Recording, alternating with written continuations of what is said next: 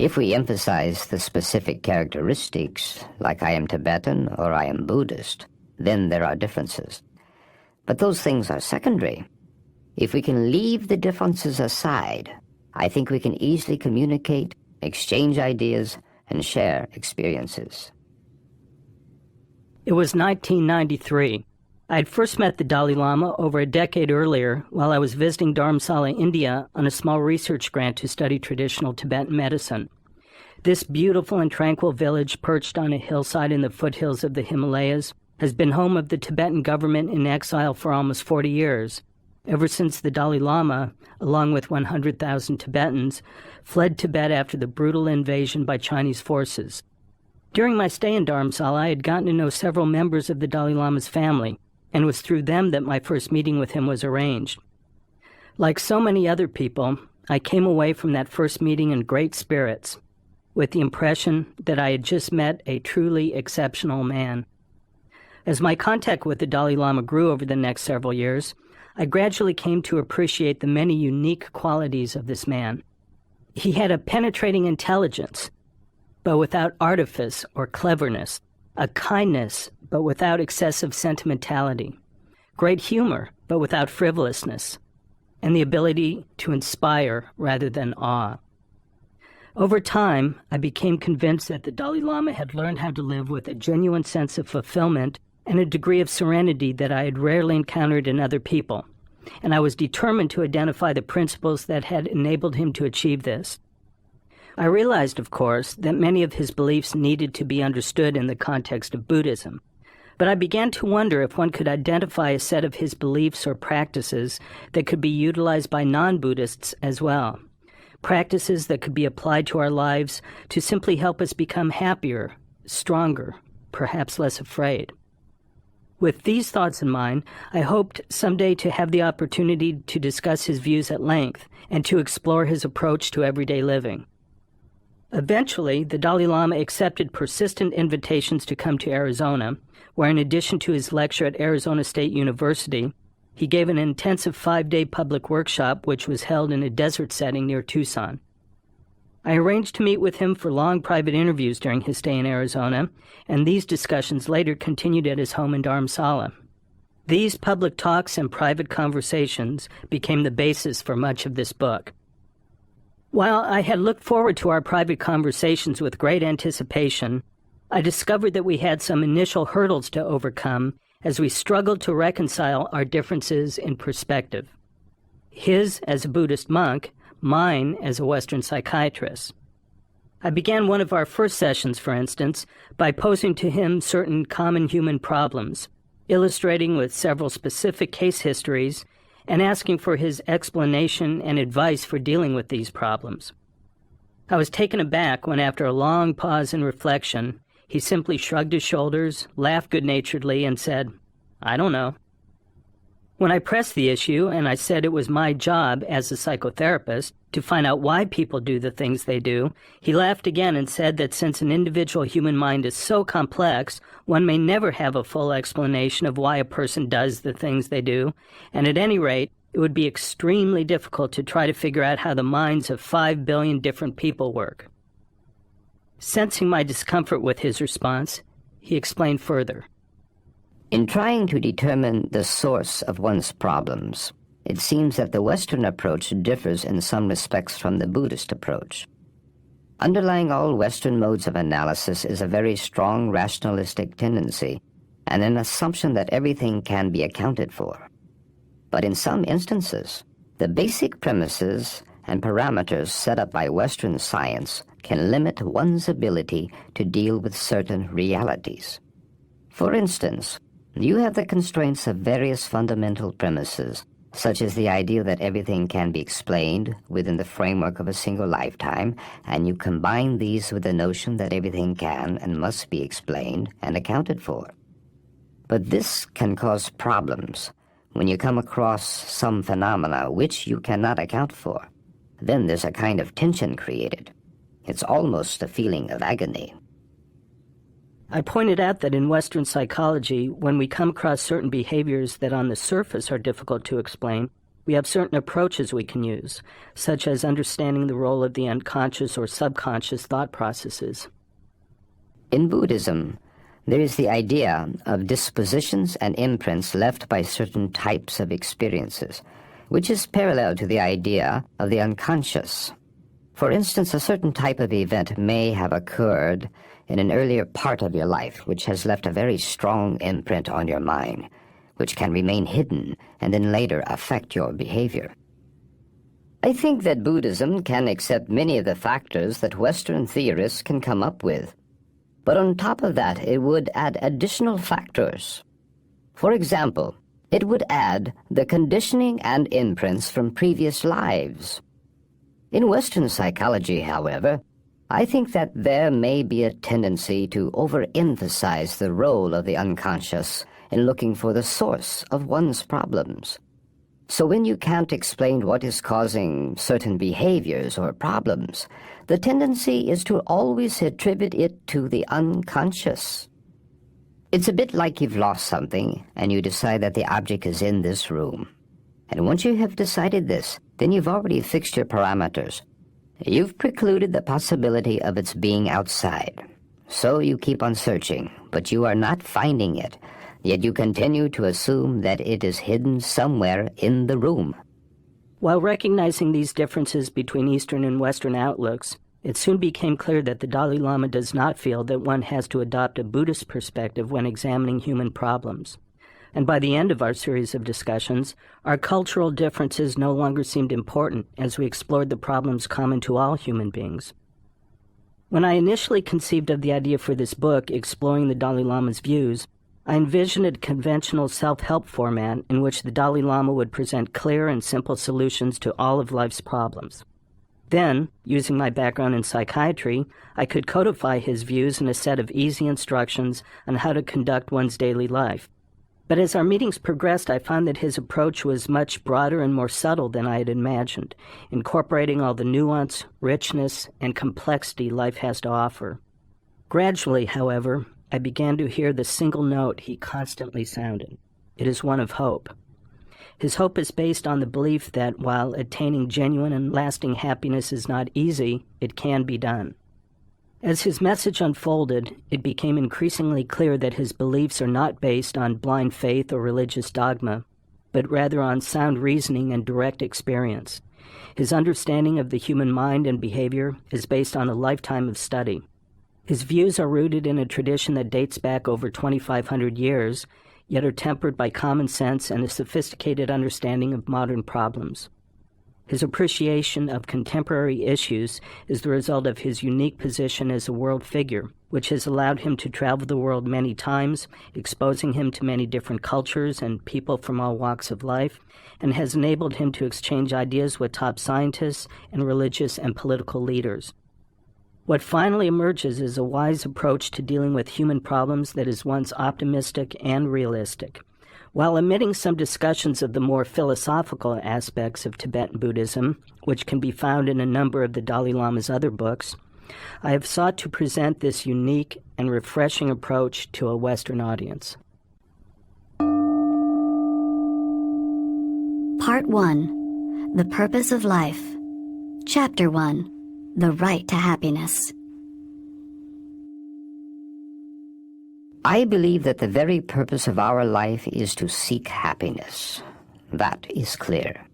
Whether one believes in religion or not, whether one believes in this religion or that religion, we are all seeking something better in life.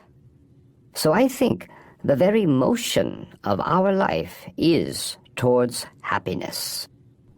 With these words, spoken before a large audience in Arizona, the Dalai Lama cut to the heart of his message.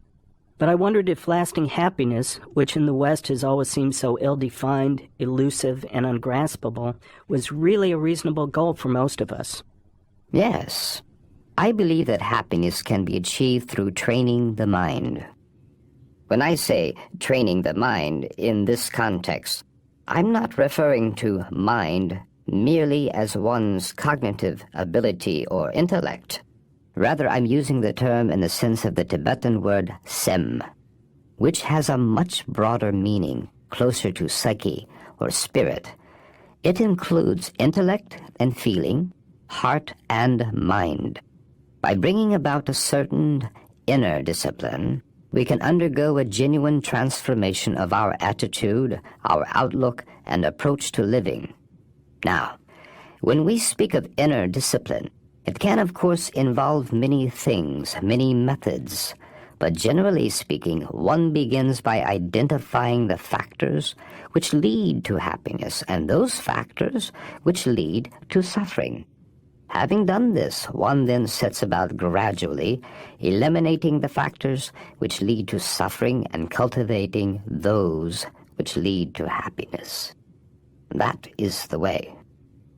The purpose of our existence is to seek happiness. It seems like common sense, and Western thinkers from Aristotle to William James have agreed with this idea. But isn't a life based on seeking personal happiness self-centered, even self-indulgent? Not necessarily. Many surveys have shown that it is unhappy people who tend to be the most self-focused and are often socially withdrawn, brooding, and even antagonistic. Happy people, in contrast, are generally found to be more sociable, flexible, creative, and able to tolerate life's daily frustrations more easily. And most important, they are found to be more loving and forgiving than unhappy people. So scientific evidence, as well as our own experience, tells us that there is an intimate connection between personal happiness and kindness towards others. Our personal happiness needn't come at another's expense, as if somehow there were a finite quantity of happiness in the world. And the connection between personal happiness and kindness is reciprocal. Not only are happy people found to be more caring, but unhappy individuals who begin to consciously cultivate genuine compassion will find this a powerful antidote to their own problems. The Dalai Lama offers evidence of this in his own interactions with other people. In one conversation with him, I directly asked him if he was happy. He responded that he was. There was a quiet sincerity in his voice that left no doubt of this, a sincerity that was reflected in his expression and in his eyes. And throughout his week in Arizona, I often witnessed how his personal happiness manifested as a simple willingness to reach out to others, to create a feeling of affinity and goodwill, even in the briefest of encounters. One morning after his public lecture, he was walking along a patio on his way to his hotel room, surrounded by his usual retinue. He noticed one of the housekeeping staff standing by the elevators and paused to ask where she was from. For a moment, she appeared taken aback by this greeting from a foreign-looking man in maroon robes and seemed puzzled by the deference given him by the entourage. Then she smiled and answered shyly, "Mexico." He paused to chat with her for a few moments and then walked on, leaving her with a look of excitement and pleasure. The next morning at the same time, she appeared at the same spot with another of the housekeeping staff. The two of them greeted the Dalai Lama warmly as he got on the elevator, and he responded in turn. Every day after that, they were joined by a few more of the staff at the designated time and place, until by the end of the week there were dozens of maids in their crisp gray and white uniforms, forming a receiving line that stretched along the length of the path to the elevators. So we begin then with the basic premise that not only is the purpose of our life to seek happiness, but in fact we can find it.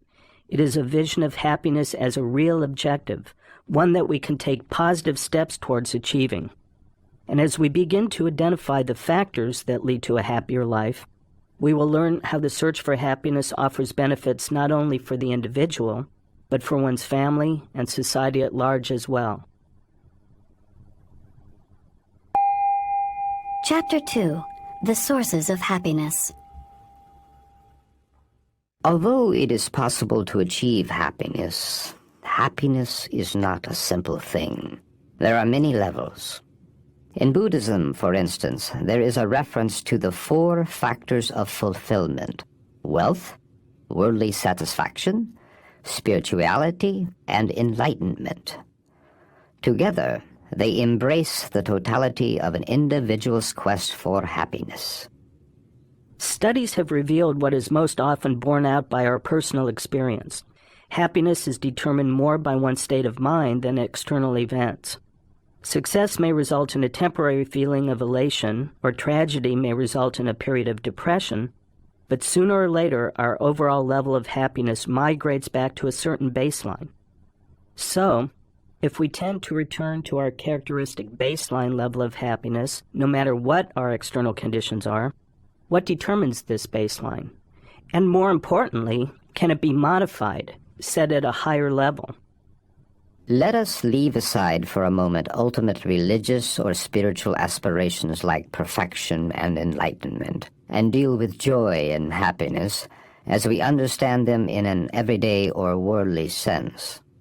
Within this context, there are certain key elements which we conventionally acknowledge as contributing to joy and happiness. For example, good health, the wealth that we accumulate, friendship or companions. We all recognize that in order to enjoy a fulfilled life, we need a circle of friends with whom we can relate emotionally and trust. Now, all these factors are, in fact, sources of happiness. But in order for an individual to be able to fully utilize them, your state of mind is key. It's crucial. If we utilize our favorable circumstances, such as our good health or wealth, in positive ways, in helping others, they can be contributory factors in achieving a happier life. And of course, we enjoy these things. But without the right mental attitude, without attention to the mental factor, these things have very little impact on our long-term feelings of happiness. For example, if you harbor hateful thoughts or intense anger somewhere deep down, then it ruins your health. Also, if one is mentally unhappy or frustrated, then physical comfort is not of much help. On the other hand, if you can maintain a calm, peaceful state of mind, then you can be a very happy person, even if you have poor health. Or, even if you have wonderful possessions, when you are in an intense moment of anger or hatred, you feel like breaking them. At that moment, your possessions mean nothing. Today, there are societies that are very developed materially. Yet among them, there are many people who are not very happy. Just underneath the beautiful surface of affluence, there is a kind of mental unrest leading to frustration, unnecessary quarrels, reliance on drugs or alcohol, and in the worst case, suicide. So there is no guarantee that wealth alone can give you the joy or fulfillment you are seeking. The same can be said of your friends when you are in an intense state of anger or hatred. Even a very close friend appears to you as cold or distant. All of this indicates the tremendous influence that the mental state, the mind factor, has on one's experience of daily life. Naturally, then, we have to take that factor very seriously. While social, material, and possibly even genetic factors may play a role in happiness, there is general agreement among modern behavioral scientists that whether we are feeling happy or unhappy at any given moment is largely determined by our outlook. Surveys and studies have shown that once our basic survival needs are met, our level of life satisfaction often has little to do with our absolute conditions, but rather with how we perceive our situation, how satisfied we are with what we have. And, as the Dalai Lama notes, our outlook can be modified by deliberately developing an inner compassion and serenity that is unaffected by changes in material circumstances. So leaving aside the perspective of spiritual practice, in terms of our enjoying a happy day-to-day existence, the greater the calmness of your mind, the greater your peace of mind, the greater your ability to enjoy a happy and joyful life. I should mention that when we speak of a calm state of mind or peace of mind, we shouldn't confuse that with a totally insensitive, apathetic state of mind. Having a calm or peaceful state of mind doesn't mean being totally spaced out or completely empty. Genuine peace of mind is rooted in affection and compassion. There is a very high level of sensitivity and feeling there. As long as there is a lack of the inner discipline which brings calmness of mind, no matter what external facilities you have, They will never give you the feeling of joy and happiness that you are seeking. On the other hand, if you possess this inner quality, a calmness of mind, a degree of stability within, then even if you lack various external facilities that you would normally consider necessary for happiness, it is still possible to live a happy and joyful life. Though the Dalai Lama's words resonated with me, Western culture is to a considerable extent based on material acquisition, and our feelings of contentment are strongly influenced by a tendency to compare ourselves unfavorably with others and to continually long for more than we have. I think there are two kinds of desire. Certain desires are positive. A desire for happiness, it's absolutely right. The desire for peace, the desire for a more harmonious world. Certain desires are very useful. But at some point, desires can become unreasonable. That usually leads to trouble. Now, for example, sometimes I visit supermarkets. I really love to see supermarkets because I can see so many beautiful things. So when I look at all these different articles, I develop a feeling of desire, and my initial impulse might be, oh, I want this, I want that. Then the second thought that arises, I ask myself, oh, do I really need this? The answer is usually no. If you follow after that initial impulse, then very soon your pockets will empty. However, the other level of desire based on one's essential needs for food, clothing, and shelter is something more reasonable. Now, a feeling of self-satisfaction alone cannot determine if a desire or action is positive or negative. A murderer may have a feeling of satisfaction at the time he is committing the murder, but that doesn't justify the act. All the non-virtuous actions, lying, stealing, sexual misconduct, and so on, are committed by people who may be feeling a sense of satisfaction at the time. The demarcation between positive and negative is not whether it gives you an immediate feeling of satisfaction, but whether it ultimately results in positive or negative consequences. For example, in the case of wanting more expensive possessions, if that is based on a mental attitude that just wants more and more, then eventually you'll reach a limit of what you can get. You'll come up against reality. And when you reach that limit, then you'll lose all hope, sink down into depression, and so on. That's one danger inherent in that type of desire. So I think that this kind of excessive desire leads to greed, an exaggerated form of desire based on over-expectation. And when you reflect on the excesses of greed, you'll find that it leads an individual to a feeling of frustration, disappointment, a lot of confusion, and a lot of problems. When it comes to dealing with greed, one thing which is quite characteristic is that although it arrives by the desire to obtain something, it is not satisfied by obtaining. Therefore, it becomes limitless, and that leads to trouble. The true antidote of greed is contentment. If you have a strong sense of contentment, it doesn't matter whether you obtain the object or not. Either way, you are still content. So how can we achieve inner contentment? One method is to obtain everything that we desire. All the money, houses, cars, the perfect mate, and the perfect body. The Dalai Lama has pointed out the disadvantage of this approach. Sooner or later, we will run up against something we can't have. The second and more reliable method is not to have what we want, but to want what we have. Each of us has the ability to make a conscious decision to limit the things that we want and to learn to acknowledge and appreciate what we already have. Another source of happiness closely linked with contentment is a sense of self-worth. And the Dalai Lama has very personal views on what we should base our sense of self-worth and how this helps one contend with upheaval and misfortune. Now, in my case, suppose I had no depth of human feeling, no capacity for easily creating good friends.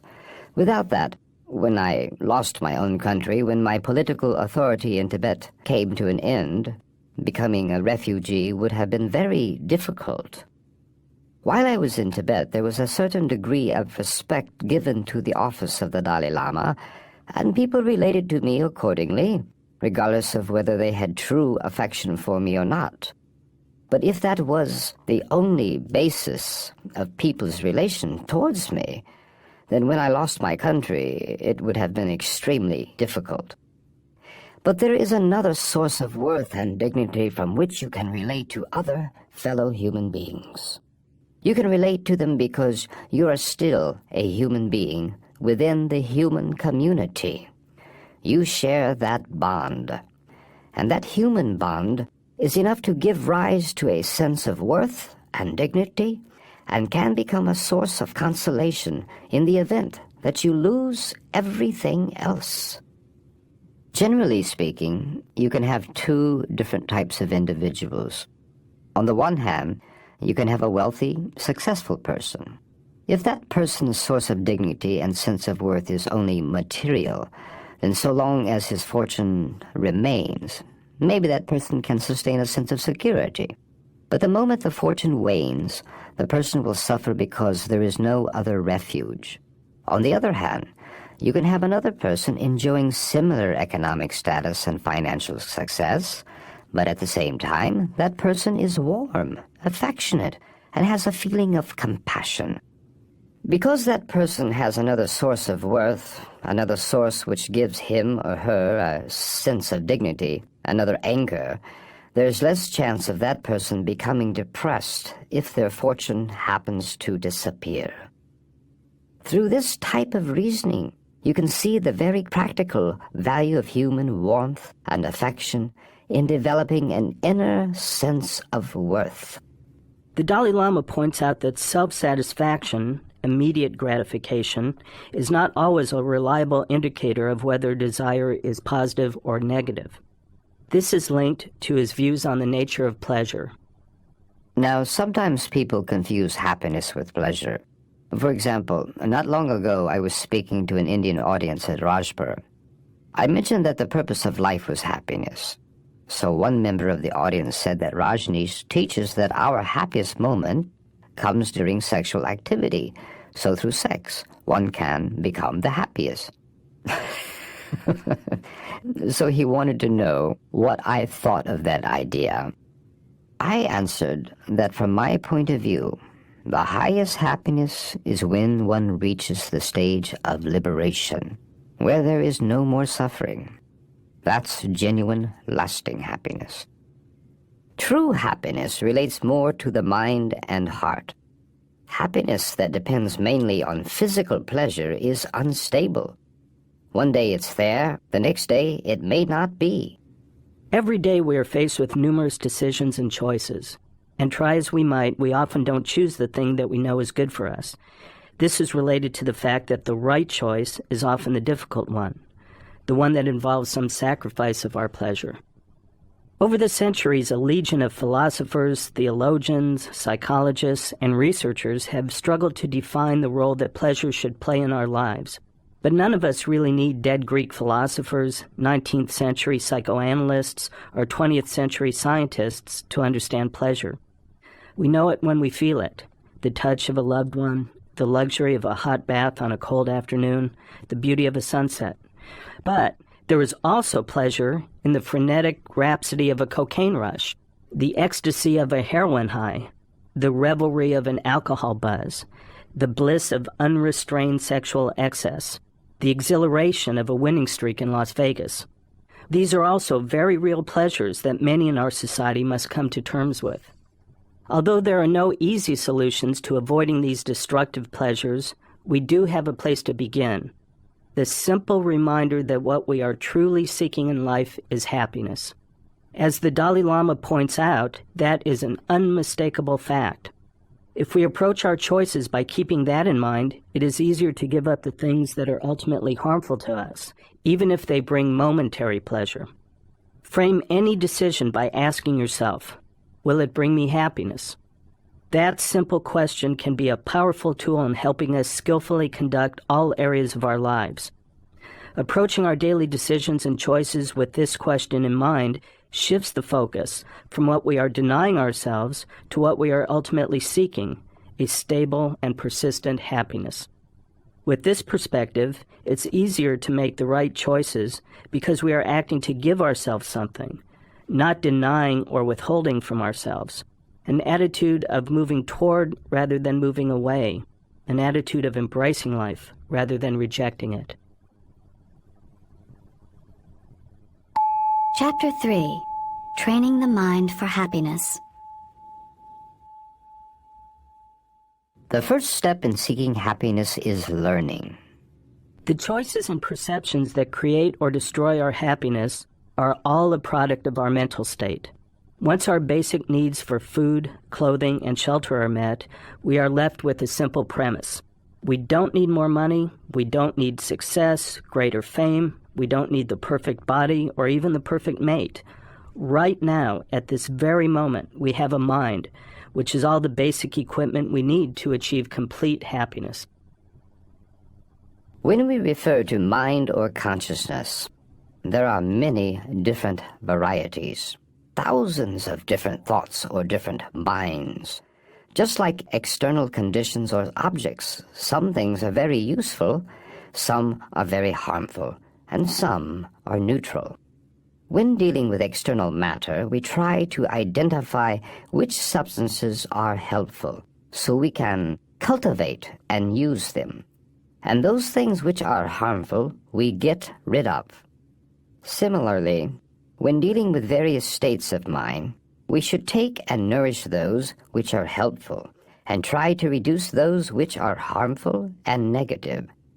So, we first have to learn how negative emotions and behaviors are harmful to us, and how positive emotions are helpful.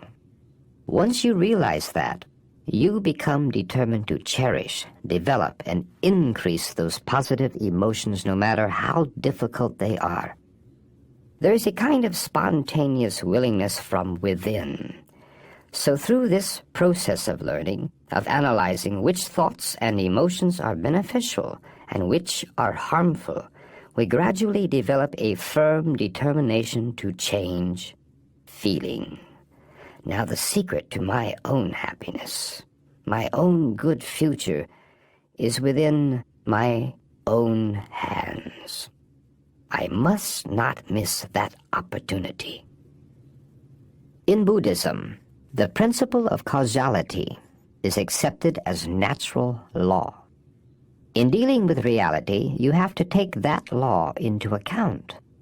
So in the case of everyday experiences, if there are certain types of events which you do not desire, then the best method of ensuring that is to make sure that the causal conditions which normally give rise to that event no longer arise. Similarly, if you want a particular event or experience to occur, then the logical thing to do is to seek and accumulate the causes and conditions that would give rise to it. This is also the case with mental states and experiences. If we are seeking happiness, we need to clearly identify different mental states and make a distinction, classifying them according to whether they lead to happiness or not. Now, for instance, hatred, jealousy, anger are harmful. They destroy our mental happiness. Once you harbor feelings of hatred or ill feeling towards someone, once you yourself are filled by hatred or negative emotions, then other people appear to you as also hostile. So as a result, there is more fear, greater inhibition and hesitation, and a sense of insecurity. If you maintain a feeling of compassion, loving kindness, then something automatically opens your inner door. Through that, we can communicate much more easily with other people, and that feeling of warmth, creates a kind of openness. It gives you a spirit of friendship. Then there's less need to hide things, and as a result, feelings of fear, self-doubt, and insecurity are automatically dispelled. There was an appealing logic to the Dalai Lama's thoughts. But I wondered, if happiness was simply a matter of cultivating more positive mental states such as kindness and so on, why are so many people unhappy? Bringing about a transformation in one's outlook, one's way of thinking, is not a simple matter. It requires the application of many different factors from different directions. One shouldn't have the notion that there's just one key, a secret, and if you can get that right, then everything will be okay. It is similar to taking proper care of the physical body. You need a variety of nutrients, not just one or two. In the same way, you need a variety of methods to deal with the varied and complex mental states, and change takes time. There are a lot of negative mental traits, so you need to address and counteract each one of these. That isn't easy. But I think that as time goes on, you can make positive changes. Every day, as soon as you get up, you can develop a sincere positive motivation, thinking, I will utilize this day in a more positive way. I should not waste this day. And then at night, before bed, check what you've done, asking yourself, did I utilize this day as I planned? If it went accordingly, then you should rejoice. If it went wrong, then regret what you did and critique the day. So through methods such as this, you can gradually strengthen the positive aspects of the mind. No matter what activity or practice we are pursuing, there isn't anything that isn't made easier through constant familiarity and training. Through training, we can change. We can transform ourselves. Challenging as the Dalai Lama's prescriptions may sound, we are not only psychologically, but also physiologically designed to transform ourselves using just the methods he recommends. This systematic training of the mind, the cultivation of happiness, is possible because of the very structure and function of the brain. We are born with brains that are genetically hardwired with certain instinctual behavior patterns. We are predisposed mentally, emotionally, and physically to respond to our environment in ways that enable us to survive. These basic sets of instructions are encoded in countless innate nerve cell activation patterns. But the wiring in our brains is not static. It's not irrevocably fixed. Our brains are also adaptable. Neuroscientists have documented the fact that the brain can design new patterns, new combinations of nerve cells and neurotransmitters, the chemicals that transmit messages between nerve cells, in response to new input, new thoughts, and experiences. In fact, our brains are malleable, ever-changing, reconfiguring their wiring according to new thoughts and experiences. Scientists call the brain's inherent capacity to change plasticity, and this remarkable feature appears to be the physiological basis for the possibility of transforming our minds. By mobilizing our thoughts and practicing new ways of thinking, we can reshape our nerve cells and change the way our brains work. Mental retraining involves changes in understanding as well as emotional changes. Although it may be natural for us to want to avoid suffering, in a world of sweeping changes and conflicting values, it may be necessary to re-educate ourselves about our own capacities for goodness and compassion, to distinguish between what Buddhism calls wholesome and unwholesome actions, and to behave accordingly. This is all part of the process of inner discipline described by the Dalai Lama, a discipline that includes attention to personal ethics. I think that ethical behavior is another feature of the kind of inner discipline that leads to happiness. Great spiritual teachers like Buddha advise us to perform wholesome actions and avoid indulging in unwholesome actions. Whether one's action is wholesome or unwholesome depends on whether that action or deed arises from a disciplined or undisciplined state of mind. A disciplined mind leads to happiness. and an undisciplined mind leads to suffering. And in fact, it is said that bringing about discipline within one's mind is the essence of the Buddha's teaching. When I speak of discipline, I'm referring to self-discipline, not discipline that's externally imposed on you by someone else. Also, I'm referring to discipline that's applied in order to overcome your negative qualities. I wondered why, if wholesome behavior naturally leads to happiness, and all of us want happiness, why should we need so much learning, training, and discipline to engage in more wholesome behaviors? Doing wholesome deeds may not come naturally. We have to consciously train towards it.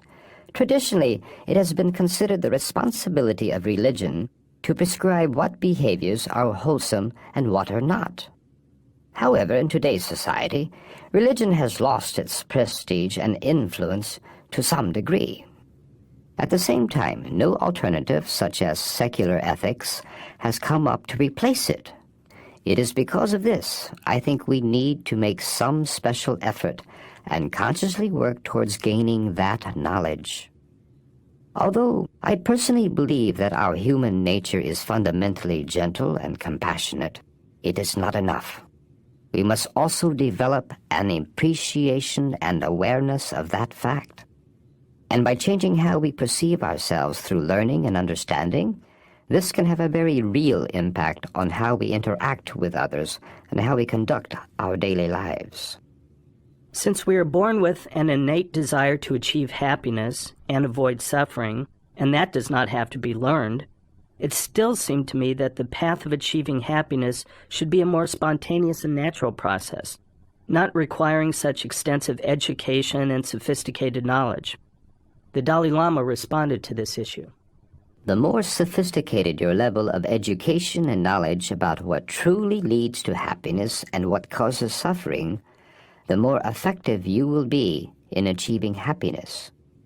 For example, in overcoming anger, although animals may experience anger, they cannot understand that anger is destructive. In the case of human beings, however, you have a kind of self-awareness which allows you to reflect and observe that when anger arises, it hurts you. Therefore, you can make a judgment that anger is destructive. You need to be able to make that inference. And you need other abilities, such as the abilities to judge the long-term and short-term consequences of your behavior and weigh the two. So in learning about how to eliminate the causes of suffering and achieve happiness, it is more complicated than, for instance, simply putting your hand in a fire and then being burned and just learning never to do it again. So it is because of these things that I think education and knowledge are crucial. One problem with our current society is that we have an attitude towards education, as if it is there simply to make you more clever, make you more ingenious. The most important use of knowledge and education is to help us understand the importance of engaging in more wholesome actions and bringing about discipline within our minds to effect changes from within, to develop a good heart. Chapter 4. Our Fundamental Nature.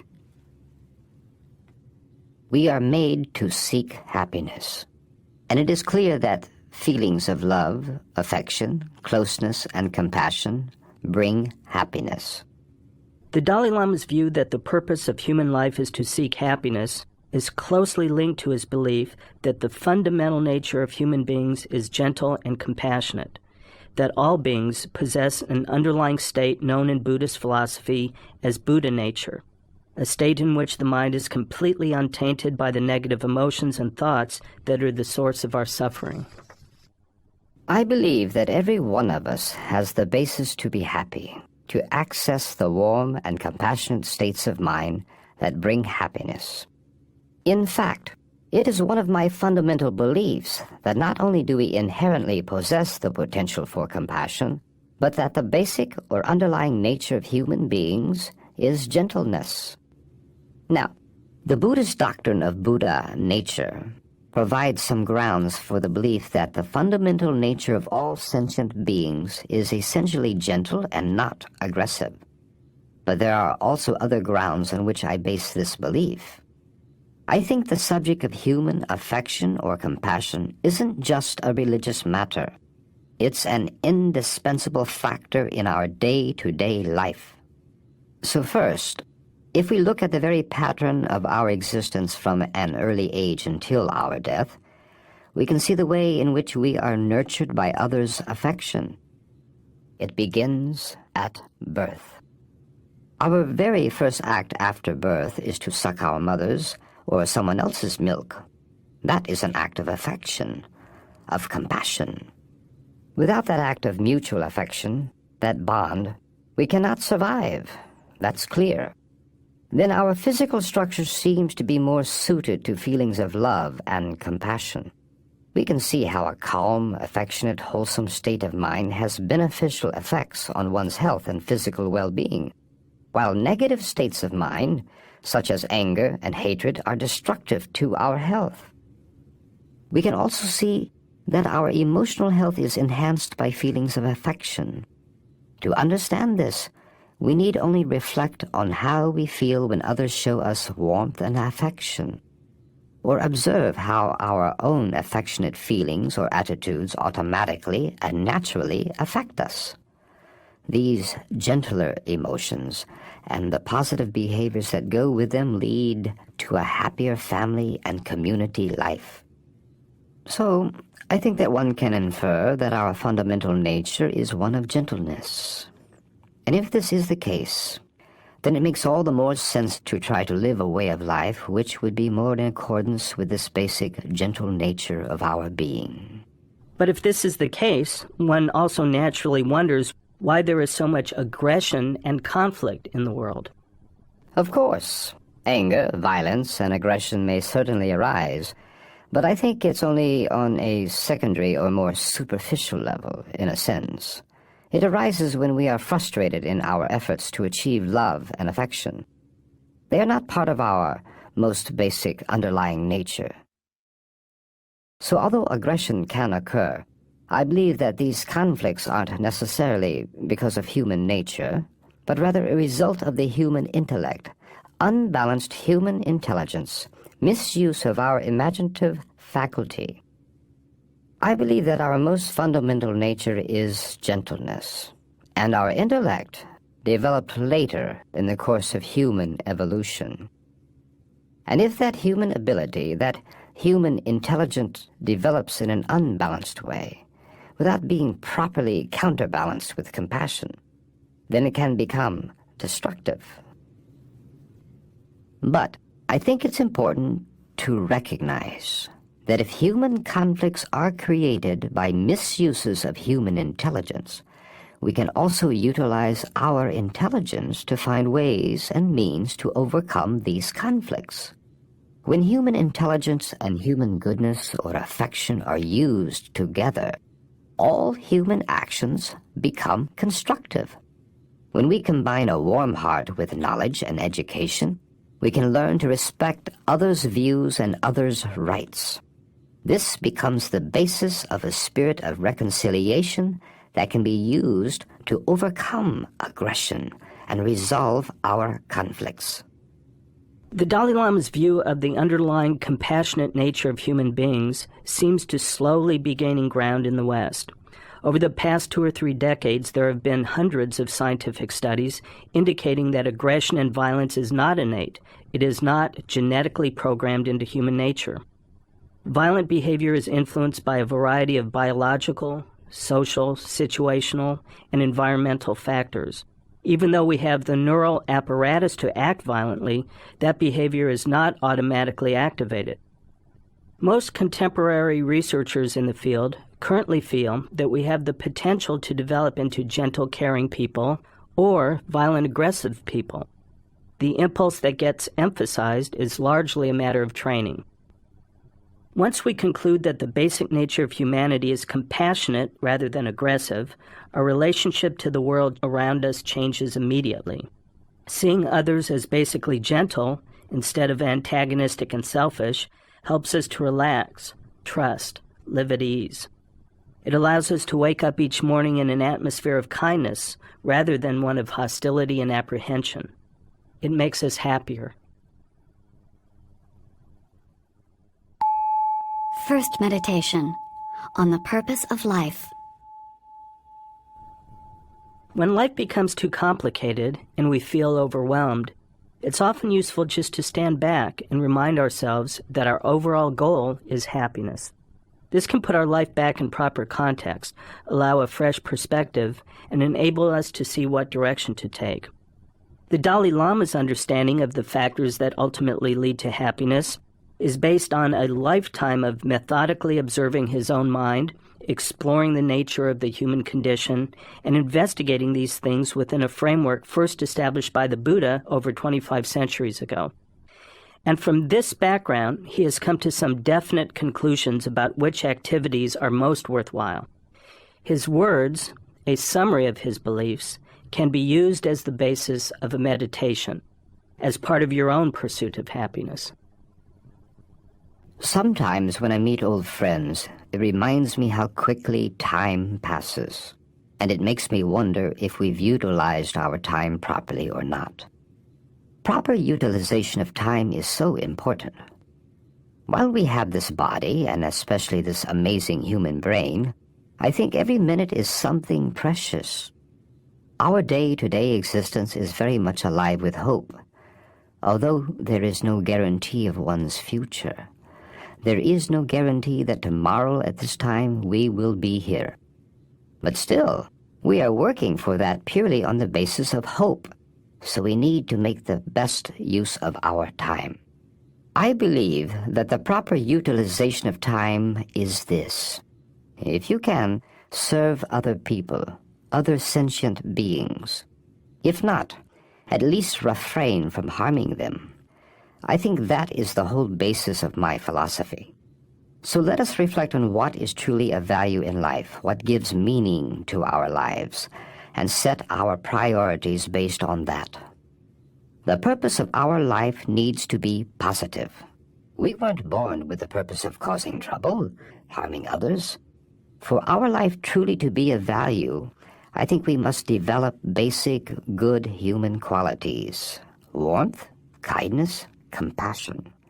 Then our life becomes meaningful and more peaceful, happier. Part 2. Human Warmth and Compassion.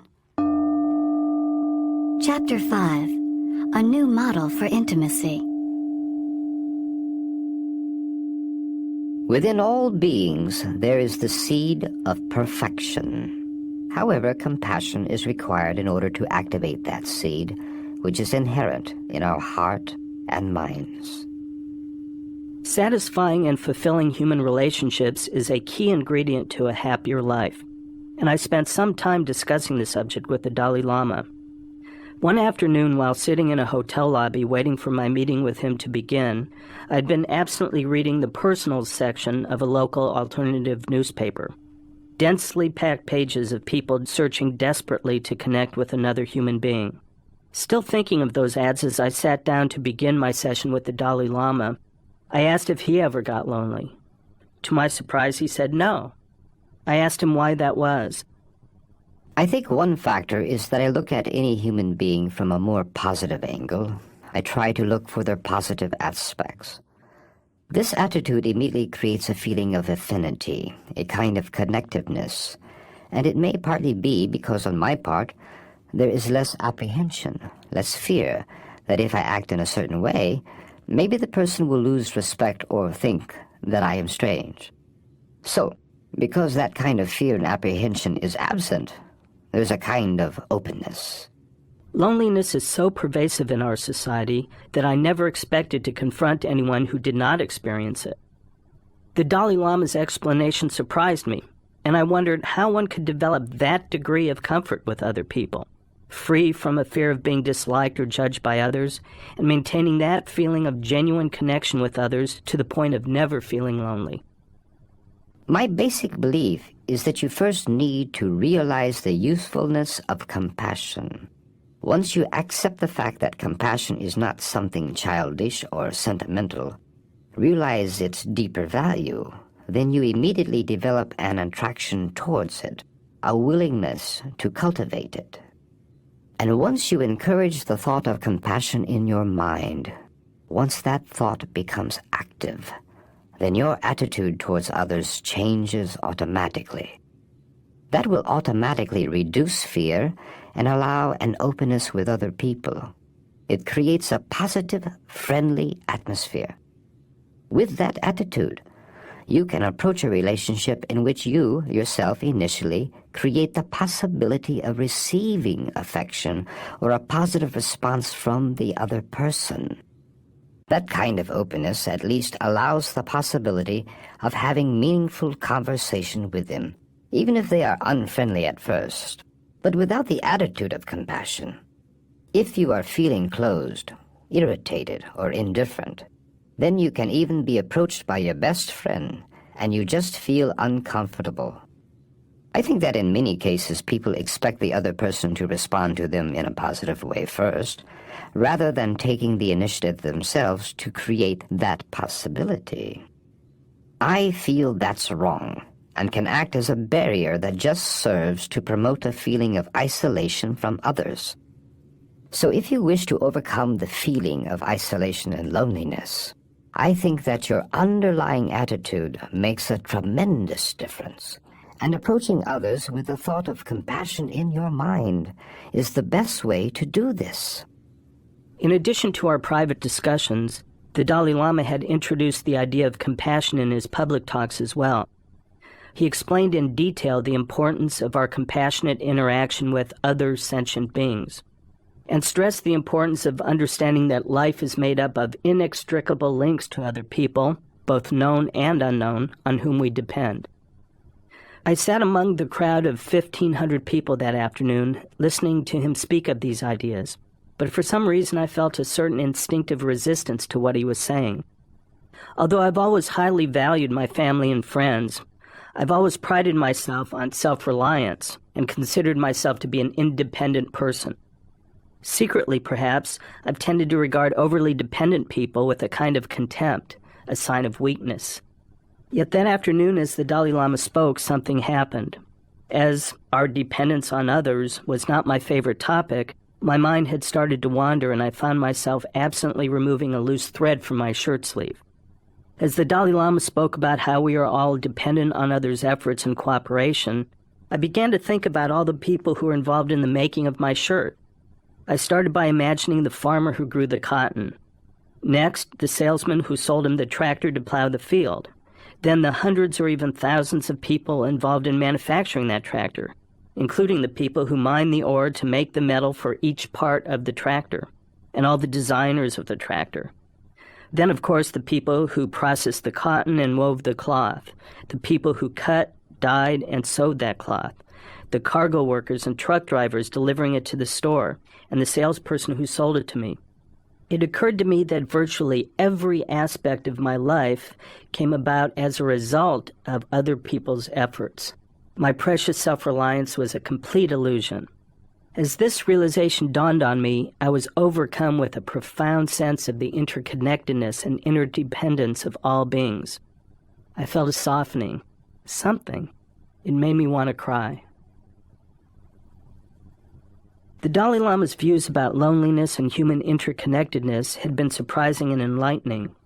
But in discussing human relationships, it is clear that there are many different kinds of relationships, many different ways in which we can relate to one another. In Western culture, for instance, it is considered important to have one special person with whom you can share a deep intimacy, a person such as a lover or a spouse. I was curious about the Dalai Lama's personal background in this regard. Had his being raised as a monk and leader of a nation from a very early age, and even worshipped as a kind of deity, create a sense of distance and isolation from others? Did he regret his early separation from his family and the fact that he could not marry? Did he miss out on developing a deeper level of personal intimacy? And I wondered how his unique background and perspective might apply to our own intimate relationships. I never felt a lack of intimacy. Of course, my father passed away many years ago. but I felt quite close to my mother, my teachers, my tutors, and others. And with many of these people I could share my deepest feelings, fears, and concerns. When I was in Tibet on state occasions and at public events, there was a certain formality, a certain protocol was observed, but that wasn't always the case. At other times, for instance, I used to spend time in the kitchen, and I became quite close with some of the kitchen staff, and we could joke or gossip or share things, and it would be quite relaxed, without that sense of formality or distance. Since I've become a refugee, I've never felt a lack of people with whom I can share things. And it's not just a matter of knowing people and having a superficial exchange, but really sharing my deepest problems and suffering. I feel this sense of intimacy, connection, of sharing with my friends, with many people. For instance, in the past, if I felt disappointed or unhappy with Tibetan government policy, or I was concerned with other problems, even the threat of Chinese invasion, then I would return to my rooms and share this with the person who sweeps the floor. From one point of view, it may seem quite silly, the Dalai Lama, the head of the Tibetan government, facing some international or national problems and sharing that with the sweeper. But personally, I feel it is very helpful because the other person participates and we can face the problem or suffering together. The influential British psychoanalyst John Bowlby wrote that intimate attachments to other human beings are the hub around which a person's life revolves. From these intimate attachments, a person draws his strength and enjoyment of life.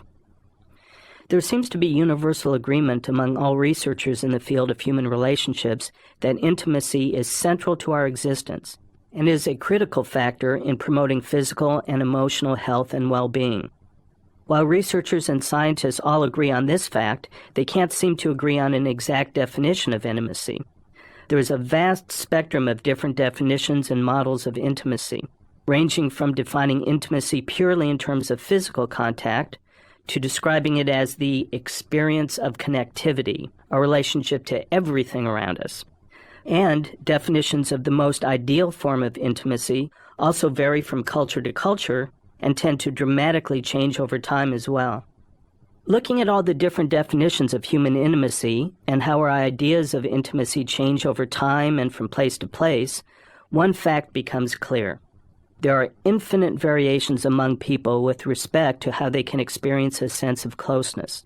This realization alone offers us a great opportunity. It means that at this very moment we have vast resources of intimacy available to us. The Dalai Lama, for example, serves as an illustration of how an individual can develop deep and intimate relationships despite his role in life that might tend to set him apart from others or isolate him, and his monastic upbringing, which completely ruled out the possibility of forming the kinds of romantic personal relationships that are so sought after in Western culture. Today, so many of us are oppressed by a feeling of something missing in our lives, intensely suffering from a lack of intimacy. This is particularly true when we go through the inevitable periods in our lives when we are not involved in a romantic relationship or when the passion wanes from our current relationship. There's a widespread notion in our culture that deep intimacy is best achieved within the context of a passionate, romantic relationship. This can be a profoundly limiting viewpoint, cutting us off from other potential sources of connection and the cause for much misery and unhappiness. But we have within our power the means to avoid this. Think of the personal column in the newspaper again. At the very moment that each person is composing his or her ad, struggling to find just the right words to bring romance into their lives and end the loneliness, many of these people are already surrounded by friends, family, or acquaintances, connections that can be easily cultivated into genuine and deeply satisfying human relationships. If what we seek in life is happiness, and intimacy is an important ingredient of a happier life, then it clearly makes sense to conduct our lives based on a model of intimacy that includes as many forms of connection with others as possible. The Dalai Lama's view offers such a model, a willingness to open oneself to many others, to family, friends, and even strangers, forming bonds based on compassion and one's common humanity.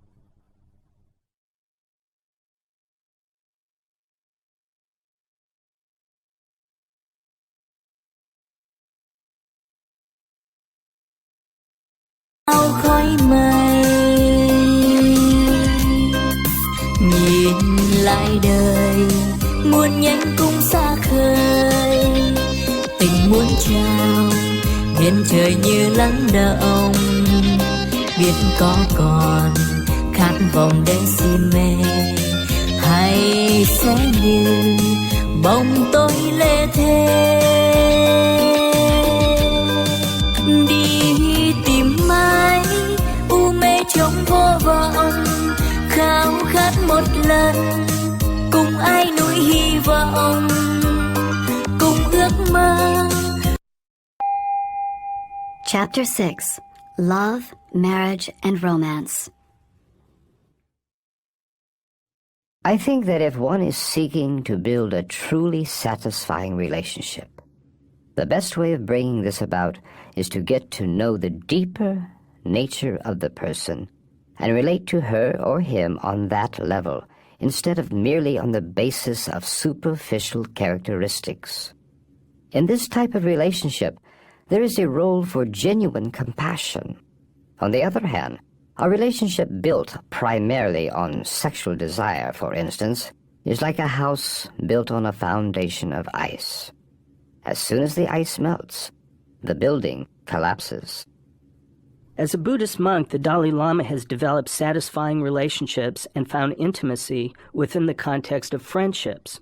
But studies have shown that marriage is one factor that can, in fact, bring happiness, providing the intimacy and close bonds that enhance health and overall life satisfaction. I wanted to bring up the subject of marriage, a conventional source of happiness in our culture, and had planned to begin one discussion by soliciting his opinion about all the joys and virtues of romance and marriage. A chance encounter with a bickering couple immediately before our meeting, however, prompted me to ask him instead about why conflicts and problems seem to arise so often in marriages. Of course, when dealing with conflicts, there can be many factors involved. It can be quite complex. So when we are dealing with trying to understand relationship problems, the first stage involves deliberately reflecting on the underlying nature and basis of that relationship. So, first of all, one has to recognize that there are different types of relationships and understand the differences between them. For example, leaving aside the issue of marriage for a moment, even within ordinary friendships, we can recognize that there are different types of friendship. Some are based on wealth, power, or position. In these cases, your friendship continues as long as your power, wealth, or position is sustained. Once these grounds are no longer there, then the friendship will also begin to disappear. On the other hand, there are friendships based on true human feeling, a feeling of closeness, where there is a sense of sharing and connectiveness. That is what I would call genuine friendship. In the same way, if someone is running into problems with their spouse, it can be helpful to look at the underlying basis of the relationship. For example, you often find relationships very much based on immediate sexual attraction. When a couple has just met, seen each other on just a few occasions, they may be madly in love and very happy, but any decision about marriage made at that instant would be very shaky.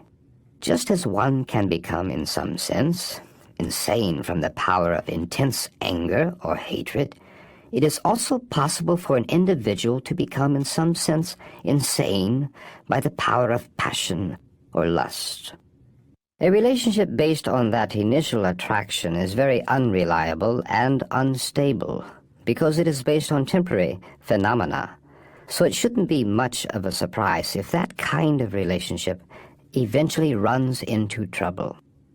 If the relationship is based only on sexual desire without a component of mutual respect, then the individual may be relating to each other not so much as people, but rather as objects, and the relationship becomes almost like prostitution, in which neither side has respect for the other. However, there is a second type of relationship which is also based on sexual attraction, but where the physical attraction is not the predominant basis of the relationship. In this second type, there is an underlying appreciation of the value of the other person, and you accord respect and dignity to that individual. And in order to establish that type of relationship, it is crucial to spend enough time to get to know each other in a genuine sense. Now, I've heard many people claim that their marriage has a deeper meaning than just a sexual relationship. That marriage involves two people trying to bond their lives together, share life's ups and downs together. If that claim is honest, then I believe that's the proper basis on which a relationship should be built. A sound relationship should include a sense of responsibility and commitment towards each other. I brought up the idea of romance and its importance in Western society.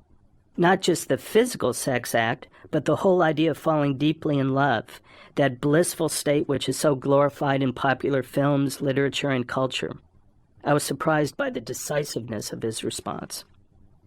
I think that, leaving aside how the endless pursuit of romantic love may affect our deeper spiritual growth, even from the perspective of a conventional way of life, the idealization of this romantic love can be seen as an extreme.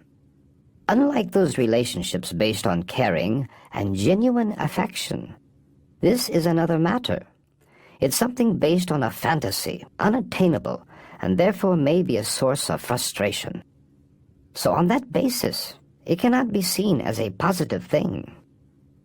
At first, I felt that the Dalai Lama was dismissing the idea of romance too lightly. Given his monastic background and training, it was understandable, perhaps, that he would take a dim view of romance. But in Western culture, the idea of romantic love has flourished for the past 200 years under the influence of the 19th century Romantic movement. And long before that, the ancient Greeks had conceived of eros, romantic passionate love, as an ancient desire for fusion with the lost half of the self. Many contemporary researchers feel that the capacity to experience the intense feeling of falling in love may be programmed into our genes at birth as a genetically determined component of mating behavior, created by the production of certain chemicals in the brain.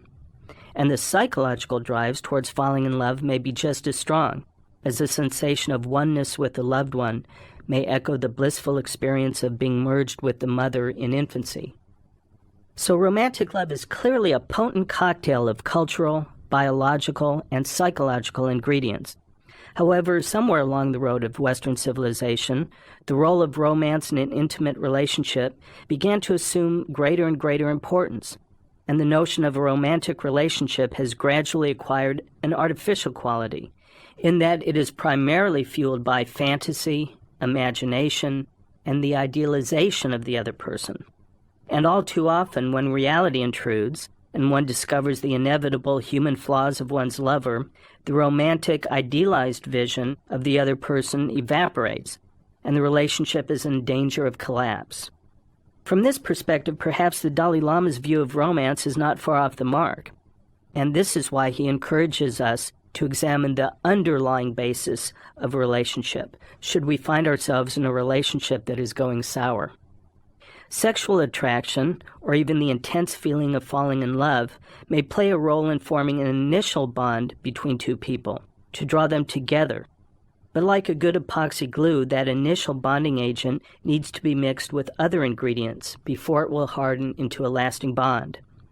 Ingredients such as affection, compassion, and mutual respect as human beings. Chapter 7. The Value of Compassion. I truly believe that compassion provides the basis for human survival, the real value of human life, and that without that, there is a basic piece missing. And a compassionate attitude is something that we can always carry with us. The development of compassion plays a far greater role in the Dalai Lama's life than simply as a means to cultivating a feeling of warmth and affection, a means of improving our relationships with others. It is an integral part of his spiritual path, a critical element in achieving the full realization of our spiritual potential. He further explained his views on the topic. Compassion can be roughly defined in terms of a state of mind which is nonviolent, non-harming, and non-aggressive. It is a mental attitude based on the wish for others to be free of their suffering and is associated with a sense of commitment, responsibility, and respect towards the other. In the Tibetan word sewa, there is also a sense of state of mind that can wish for good things for oneself. In developing compassion, perhaps one could begin with the wish that oneself be free of suffering, and then taking that natural feeling and cultivating it, enhancing it, and then extending it out to include and embrace others. Now, when people speak of compassion, there is often a danger of confusing compassion with attachment. So when we discuss compassion, we must make a distinction between two types. One kind is tinged with attachment, the feeling of controlling someone or loving them so that they'll love you back. This ordinary type of compassion is quite partial and biased because it is based on perceiving the other person as a friend or someone who is close to you. But this kind of love or compassion is unstable. If there is a change, a disagreement perhaps, or your friend does something to make you angry, then all of a sudden your mental projection changes. The concept, my friend, is no longer there, and your feeling changes, and you may even have a feeling of hatred. So that kind of love based on attachment can be closely linked with hatred.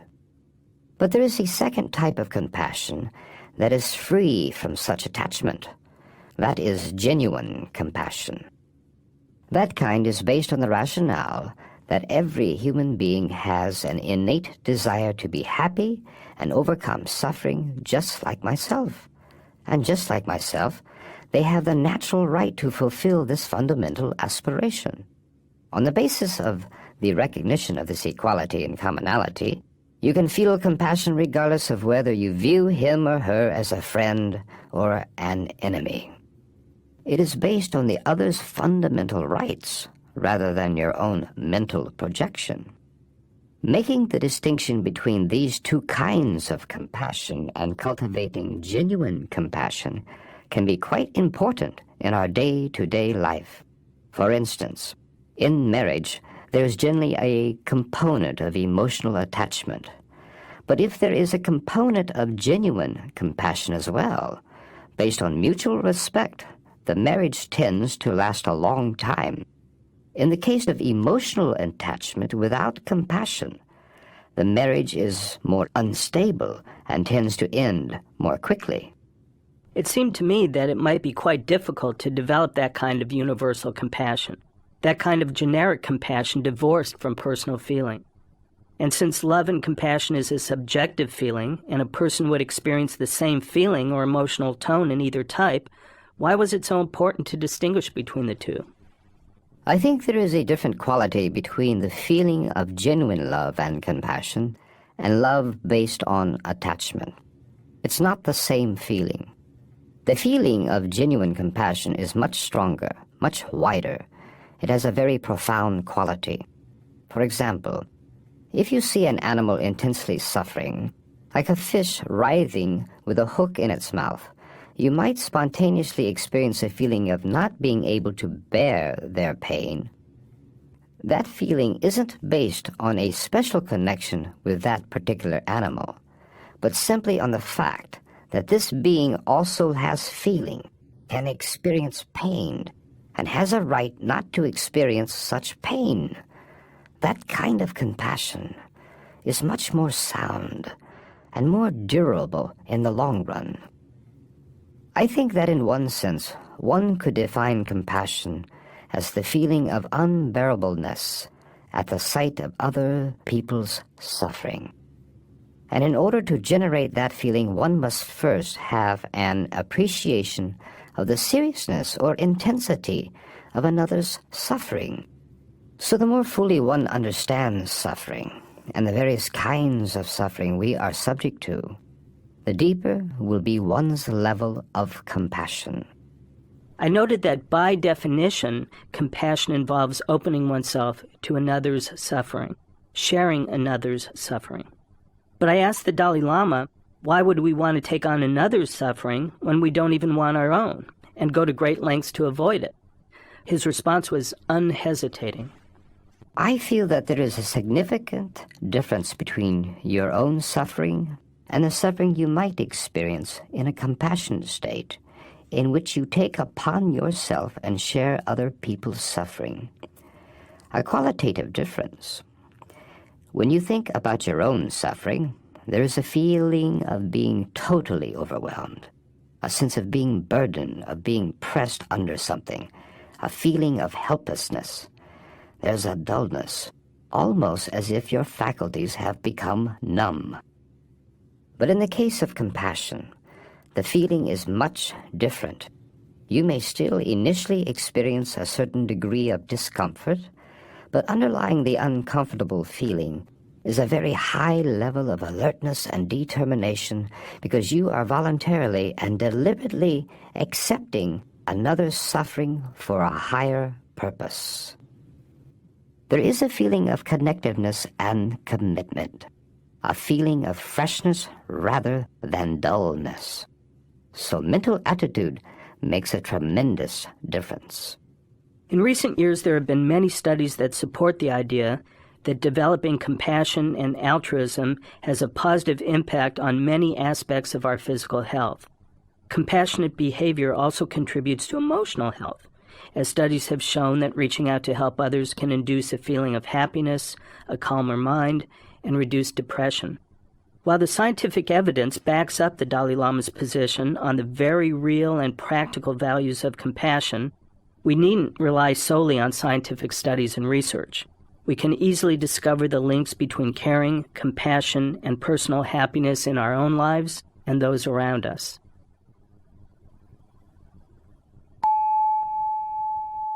Second meditation on compassion.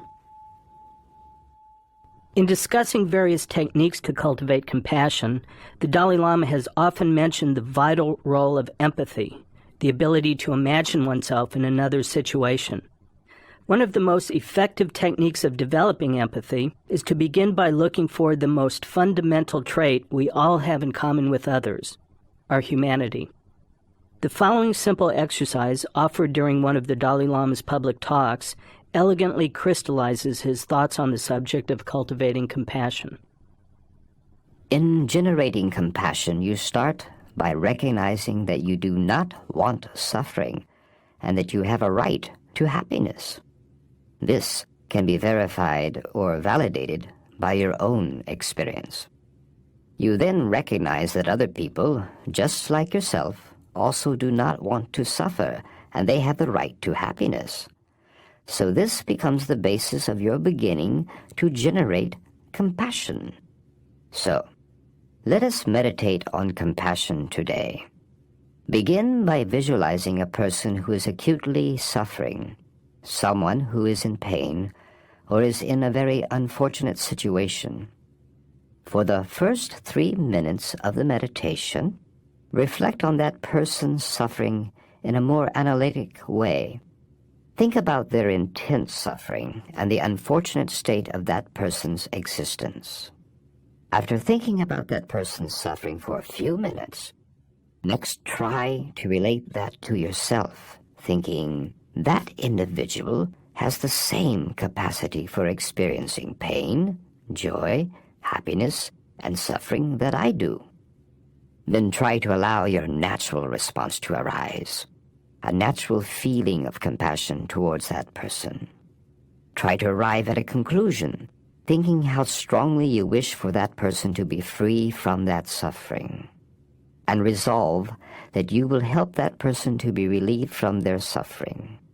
Finally, place your mind single-pointedly on that kind of conclusion or resolution, and for the last few minutes of the meditation, try to simply generate in your mind a compassionate or loving state.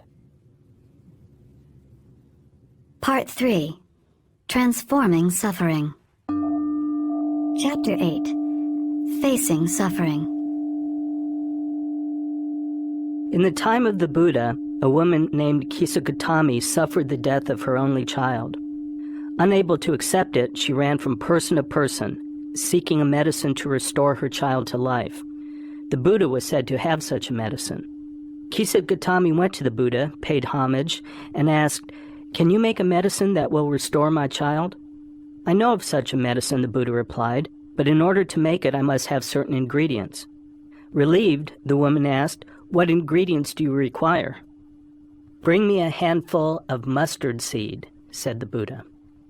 The woman promised to procure it for him, but as she was leaving, he added, "I require the mustard seed to be taken from a household where no child, spouse, parent, or servant has died."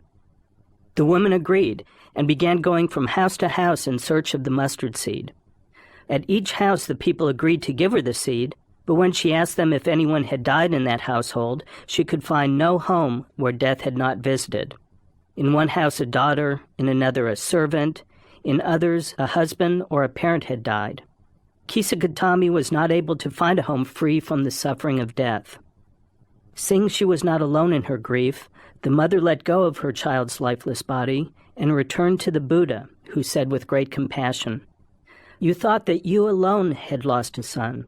The law of death is that among all living creatures there is no permanence." It is clear from many of the Dalai Lama's speeches and remarks that compassion and suffering are closely linked in his philosophy. It is difficult to learn genuine compassion without understanding suffering, and we cannot fully understand suffering without directly confronting it first. And yet we have so many ways of denying or avoiding our problems, pain, and suffering. In beginning to learn how to deal with suffering, the story of Kisagutami is very instructive. Her insight into the universal nature of human suffering did not lessen the inevitable suffering that came from her loss, but it did reduce the suffering that came from struggling against this sad fact of life. Although the Dalai Lama believes that we may move towards happiness and freedom from suffering, we must begin that process by accepting it as a natural fact of human existence and courageously facing our problems head-on. In our daily lives, problems are bound to arise. The biggest problems in our lives are the ones which we inevitably have to face, like old age, illness, and death. Trying to avoid our problems or simply not thinking about them may provide temporary relief, but I think that there is a better approach. If you directly confront your suffering, you will be in a better position to appreciate the depth and nature of the problem. If you are in battle, as long as you remain ignorant of the status and combat capability of your enemy, you will be totally unprepared and paralyzed by fear. However, if you know the fighting capability of your opponents, what sort of weapons they have, and so on, then you're in a much better position when you engage in the war. You might consider things like old age and death as negative, unwanted, and simply try to forget about them. But eventually these things will come anyway, and if you've avoided thinking about these things, when the day comes that these events occur, it will come as a shock, causing unbearable mental uneasiness. However, if you spend some time thinking about old age, death, and these other unfortunate things, your mind will be much more stable when these things actually happen. You have already anticipated that they will occur. There's really no avoiding the fact that suffering is a part of life. And of course, we have a natural tendency to dislike our suffering and problems. I think that ordinary people don't view the very nature of our existence to be characterized by suffering. I mean, on your birthday, people usually say, "Happy birthday." But actually, the day of your birthday was the birth of your suffering. But nobody says, "Happy birth of suffering day." Our attitude towards suffering becomes very important because it can affect how we cope with suffering when it arises. Now, Our usual attitude consists of any intense aversion and intolerance of our pain and suffering. However, if we can transform our attitude towards suffering, adopt an attitude that allows us greater tolerance of it, then this can do much to help counteract feelings of mental unhappiness, dissatisfaction, and discontent. I think how you perceive life as a whole plays a role in your attitude about suffering. For instance, if your basic outlook is that suffering is negative and must be avoided at all costs, and in some sense is a sign of failure, this will add a distinct psychological component of anxiety and intolerance when you encounter difficult circumstances, a feeling of being overwhelmed. On the other hand, if your basic outlook accepts that suffering is a natural part of one's existence, this will undoubtedly make you more tolerant towards the adversities of life. And without a certain degree of tolerance towards our suffering, our life becomes miserable. Then it's like having a very bad night. That night seems eternal. It never seems to end. So, for me personally, the strongest and most effective practice to help tolerate suffering is to see and understand that suffering is the underlying nature of samsara, of unenlightened existence. Samsara, a Sanskrit term, is considered a state of existence characterized by endless cycles of life, death, and rebirth. This term also refers to our ordinary state of day-to-day existence, which is characterized by suffering. All beings remain in the state, propelled by karmic imprints from past actions and negative delusory states of mind, until one removes all negative tendencies of mind and achieves a state of liberation. I mentioned to the Dalai Lama that the idea of the underlying nature of existence, at least our ordinary daily existence, which is characterized by suffering and is basically unsatisfactory, sounded somewhat discouraging and pessimistic. When I speak of the unsatisfactory nature of existence, this is in the context of the overall Buddhist path. These reflections have to be understood in their proper context, which is within the framework of the Buddhist path.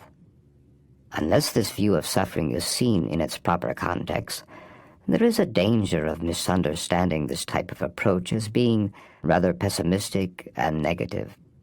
Consequently, it's important to understand the basic Buddhist stance towards the whole issue of suffering. We find that in Buddha's own public teachings, the first thing he taught was the principle of the Four Noble Truths, the first of which is the truth of suffering. A lot of emphasis is placed on the realization of the suffering nature of one's existence. The point that has to be borne in mind is that the reason why reflection on suffering is so important is because there is a possibility of a way out. There is an alternative. There is a possibility of freedom from suffering. By removing the causes of suffering, it is possible to attain a state of liberation, a state free from suffering. According to Buddhist thought, the root causes of suffering are ignorance, craving, and hatred. These are called the three poisons of the mind. These terms have specific connotations when used within a Buddhist context. For example, ignorance doesn't refer to a lack of information as it is used in an everyday sense, but rather refers to a fundamental misperception of the true nature of the self and all phenomena. By generating insight into the true nature reality and eliminating afflictive states of mind, such as craving and hatred, one can achieve a completely purified state of mind, free from suffering.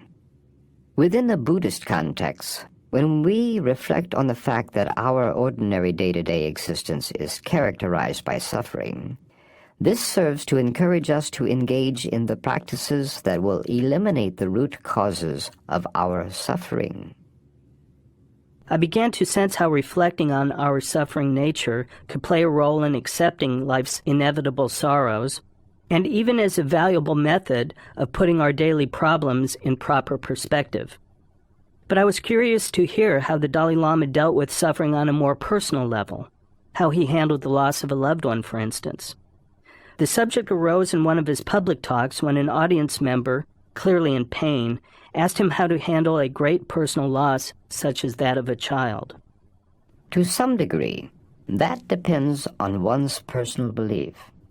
If someone believes in rebirth, then accordingly, I think there is some way to reduce sorry or worry. One can take consolation in the fact that the loved one will be reborn.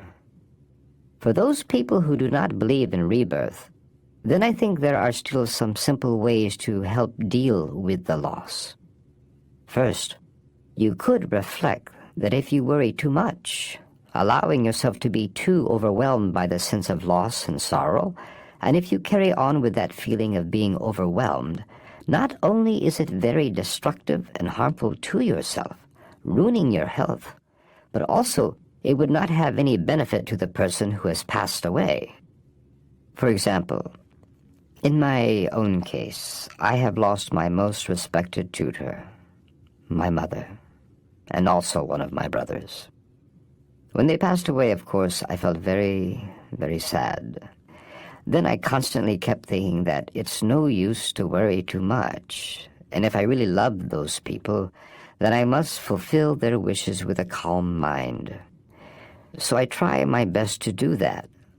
So I think if you've lost someone who is very dear to you, that's the proper way to approach it. You see, the best way to keep a memory of that person is to see if you can carry on the wishes of that person. Initially, of course, feelings of grief and anxiety are a natural human response to a loss. But if you allow these feelings of loss and worry to persist, there's a danger. If these feelings are left unchecked, they can lead to a kind of self-absorption, a situation where the focus becomes your own self. And when that happens, you become overwhelmed by the sense of loss, and you get a feeling that it's only you who is going through this. Depression sets in. But in reality, there are others who will be going through the same kind of experience. So if you find yourself worrying too much, it may help to think of the other people who have similar or even worse tragedies. Once you realize that, then you no longer feel isolated, as if you have been picked out. I can offer you some kind of condolence. The wish to be free of suffering is the legitimate goal of every human being. It is the corollary of our wish to be happy. Thus, it is entirely appropriate that we seek out the causes of our unhappiness and do whatever we can to alleviate our problems, searching for solutions on all levels, global, societal, family, and individual. But as long as we view suffering as an unnatural state, an abnormal condition that we fear, avoid, and reject, we will never uproot the causes of suffering or begin to live a happier life.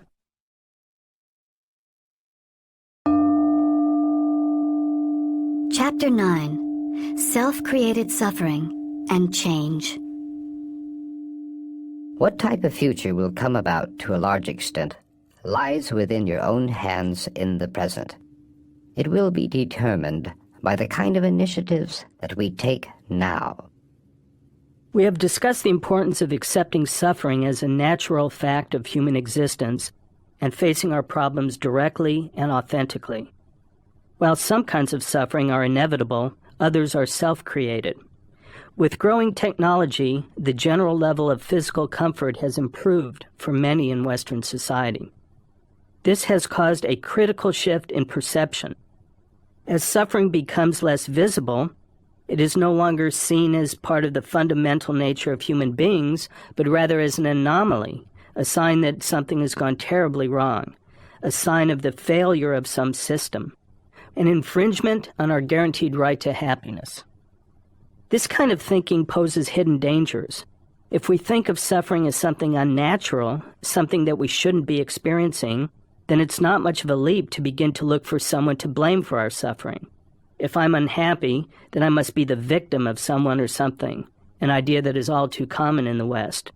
The victimizer may be the government, the educational system, abusive partners, a dysfunctional family, the other gender, or our uncaring mate. Or we may turn blame inward. There's something wrong with me. I'm the victim of disease, of defective genes perhaps. By continuing to focus on assigning blame and maintaining a victim stance, we perpetuate our suffering and our related feelings of anger, frustration, and resentment. This is one way that we can create our own suffering, but we add to our own suffering in other ways also. All too often, for example, we perpetuate pain, keep it alive, by replaying our hurts over and over in our minds, elaborating and magnifying our injustices in the process. We can see that there are many ways in which we actively contribute to our own experiences of mental unrest and suffering. Although in general, mental and emotional afflictions themselves can come naturally, often it is our own reinforcement of those negative emotions that make them so much worse. For instance, when we have anger or hatred towards a person, and we keep on thinking about it over and over, then it feeds the hatred. It makes it very powerful and intense. We also often add to our pain and suffering by being very overly sensitive, overreacting to minor things, and sometimes taking things too personally. So I think that to a large extent, whether or not you suffer depends on how you respond to a given situation. For example, let's say that you find out that someone is speaking badly of you behind your back. If you react to this knowledge that someone is speaking badly of you, this negativity, with a feeling of hurt or anger, then you yourself destroy your own peace of mind. Your pain is your own personal creation. On the other hand, if you can refrain from reacting in a negative way, let the slander pass by you as if it were silent wind passing behind your ears, you would protect yourself from that feeling of hurt and feeling of agony. So, although you may not always be able to avoid difficult situations, you can modify the extent to which you suffer by how you choose to respond to the situation. Therapists sometimes call the process described by the Dalai Lama personalizing our pain, the tendency to narrow our psychological field of vision by interpreting or misinterpreting everything that occurs in terms of its impact on us. When this kind of thinking becomes a pervasive pattern and extends to include every comment made by our family or friends, or even events in society at large, it can become a significant source of our misery. As Jacques Lucieran, a survivor of the Buchenwald concentration camp, wrote in later recounting his experiences in the camps, "Unhappiness, I saw then, comes to each of us because we think ourselves at the center of the universe, because we have the miserable conviction that we alone suffer to the point of unbearable intensity." As we've discussed, problems invariably arise in our daily life, but problems do not automatically cause suffering. If we directly address a problem and focus our energies on finding a solution, for instance, the problem can be transformed into a challenge. If we throw into the mix, however, a feeling that our problem is unfair, we add an additional ingredient that can become a powerful fuel in creating mental and emotional suffering. The Dalai Lama spoke about how to deal with the problem of unfairness. There may be a variety of ways that one might deal with the feeling that one's suffering is unfair. We've already spoken of the importance of accepting suffering as a natural fact of existence. Tibetans, or those of a Buddhist background, may be able to better accept the reality of difficult situations by attributing it to karma, to negative actions committed in either this or a previous life.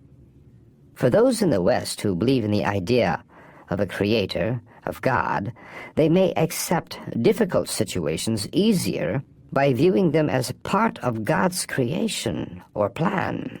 They may be helped by the faith that even though the situation appears very negative, God is all-powerful and very merciful, and there may be some meaning behind the situation that they may be unaware of. For those with no religious beliefs, Perhaps a practical scientific approach could help, a kind of examination of the situation without much emotional involvement. A rational objective analysis of difficult or problematic situations can be quite important, because with this approach, you'll often discover that behind the scenes there may be other factors at play. For instance, if you feel that you're being treated unfairly by your boss at work, perhaps he may be annoyed by something else, an argument with his wife that morning or something, and his behavior may have nothing to do with you personally, may not be specifically directed at you. Of course, one must still face whatever the situation may be, but at least with this approach, one may not have the additional anxiety that would come along with it. Often, our normal tendency is to try to blame our problems on others, on external factors. Furthermore, we tend to look for one single cause and then try to exonerate ourselves from the responsibility. It seems that whenever there are intense emotions involved, there tends to be a disparity between how things appear and how they really are. This practice involves looking at things in a holistic way, realizing that there are many events contributing to a situation. So, for instance, in general, if we carefully examine any situation in a very unbiased and honest way, we may realize that to a large extent we are also responsible for the unfolding of events. Through practices such as these, such as objectively analyzing our own contribution to problems, which we initially blame completely on others, one can begin to reduce the feeling of unfairness that is one of the most common sources of self-created suffering.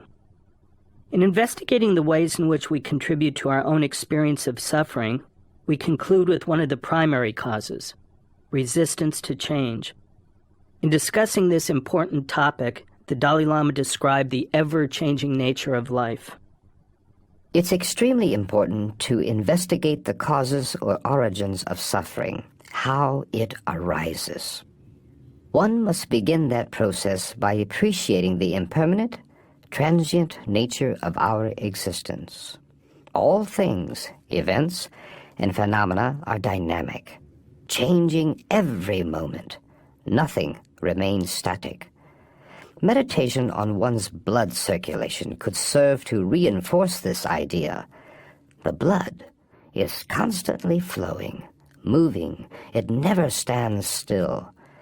This momentarily changing nature phenomena is like a built-in mechanism. And since it is the nature of all phenomena to change every moment, this indicates to us that all things lack the ability to endure, lack the ability to remain the same. And since all things are subject to change, nothing exists in a permanent condition. Nothing is able to remain the same under its own independent power. Thus, all things are under the power or influence of other factors. So, at any given moment, no matter how pleasant or pleasurable your experience may be, it will not last. This becomes the basis of a category of suffering known in Buddhism as the suffering of change. The concept of impermanence plays a central role in Buddhist thought. As the Dalai Lama has noted, it serves to remind us that life is tenuous and our time must be used to one's best advantage. On a deeper level, the contemplation of the more subtle aspects of impermanence, the impermanent nature of all phenomena, begins the Buddhist practitioner's quest to understand the true nature of reality, and through this understanding, dispel the ignorance that is the ultimate source of our suffering. But whether one looks at life from a Buddhist perspective or a Western perspective, the fact remains that life is change.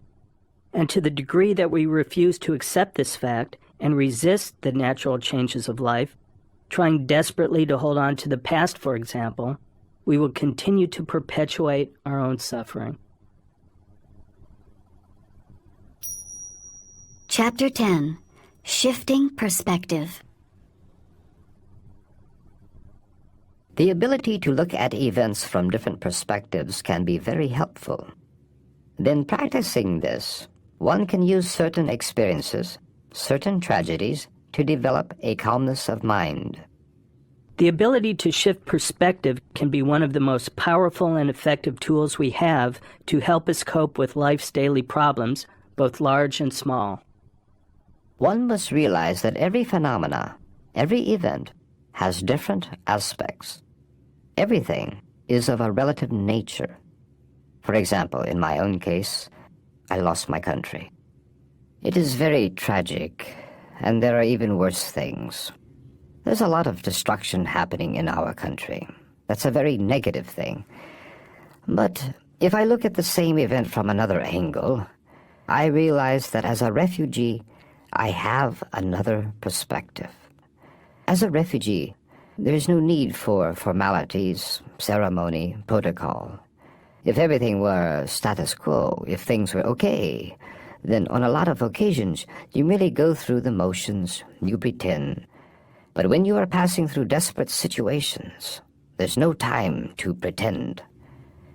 So from that angle, this tragic experience has been very useful to me. Also, being a refugee creates a lot of new opportunities for meeting with many people. People from different religious traditions, from different walks of life, those who I may not have met had I remained in my country. So in that sense, it's been very, very useful. It seems that often when problems arise, our outlook becomes narrow. All of our attention may be focused on worrying about the problems, and we may have a sense that we're the only one that is going through such difficulties. This can lead to a kind of self-absorption that can make the problem seem very intense. When this happens, I think that seeing this from a wider perspective can definitely help realizing, for instance, that there are many other people who have gone through similar experiences and even worse experiences. This practice of shifting perspective can even be helpful in certain illnesses or pain. If you only look at that one event, then it appears bigger and bigger. If you focus too closely, too intensely on a problem when it occurs, it appears uncontrollable. But if you compare that event with some other greater event, look at the same problem from a distance, then it appears smaller and less overwhelming.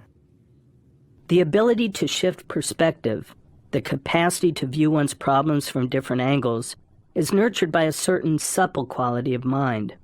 The ultimate benefit of a supple and flexible mind is that it allows us to embrace all of life, to be fully alive and human. Following a long day of public talks in Tucson one afternoon, the Dalai Lama slowly walked back to his hotel suite. As he walked, a bank of magenta rain clouds spanned the sky, absorbing the late afternoon light and sending the Catalina Mountains into deep relief. The entire landscape, a vast palette of purple hues. The effect was spectacular. The warm air was laden with the fragrance of desert plants, of sage, a moist, restless breeze holding the promise of an unbridled storm. The Dalai Lama stopped. For several moments he quietly surveyed the horizon, taking in the entire panorama, finally commenting on the beauty of the setting. He walked on, but after a few steps he paused again, bending down to examine a tiny lavender bud on a small plant. He touched it gently, noting its delicate form, and wondered aloud about the name of the plant. I was struck by the facility of his mind. His awareness seemed to move so easily from taking in the complete landscape to focusing on a single bud, a simultaneous appreciation of the totality of the environment as well as the smallest detail, a capacity to encompass all facets and the full spectrum of life. Every one of us can develop this same suppleness of mind. It comes about, at least in part, directly through our efforts to stretch our perspective and deliberately try on new viewpoints. This can result in a simultaneous awareness of the big picture as well as our individual circumstances, putting our experiences in proper proportion. This dual outlook, a concurrent view of the big world and our own little world, can act as an internal navigational system, guiding us towards ultimate fulfillment of both our own goals and larger societal goals. When you speak of adopting a wider perspective, this includes working cooperatively with other people. When you have crises which are global by nature, for instance, such as the environment or problems of modern economic structure, this calls for a coordinated and concerted effort among many people with a sense of responsibility and commitment. This is more encompassing than an individual or personal issue. Of course, change must come from within the individual. But when you are seeking to find solutions to global problems, this requires the ability to address problems from various levels: the individual level, the community level, and the global level.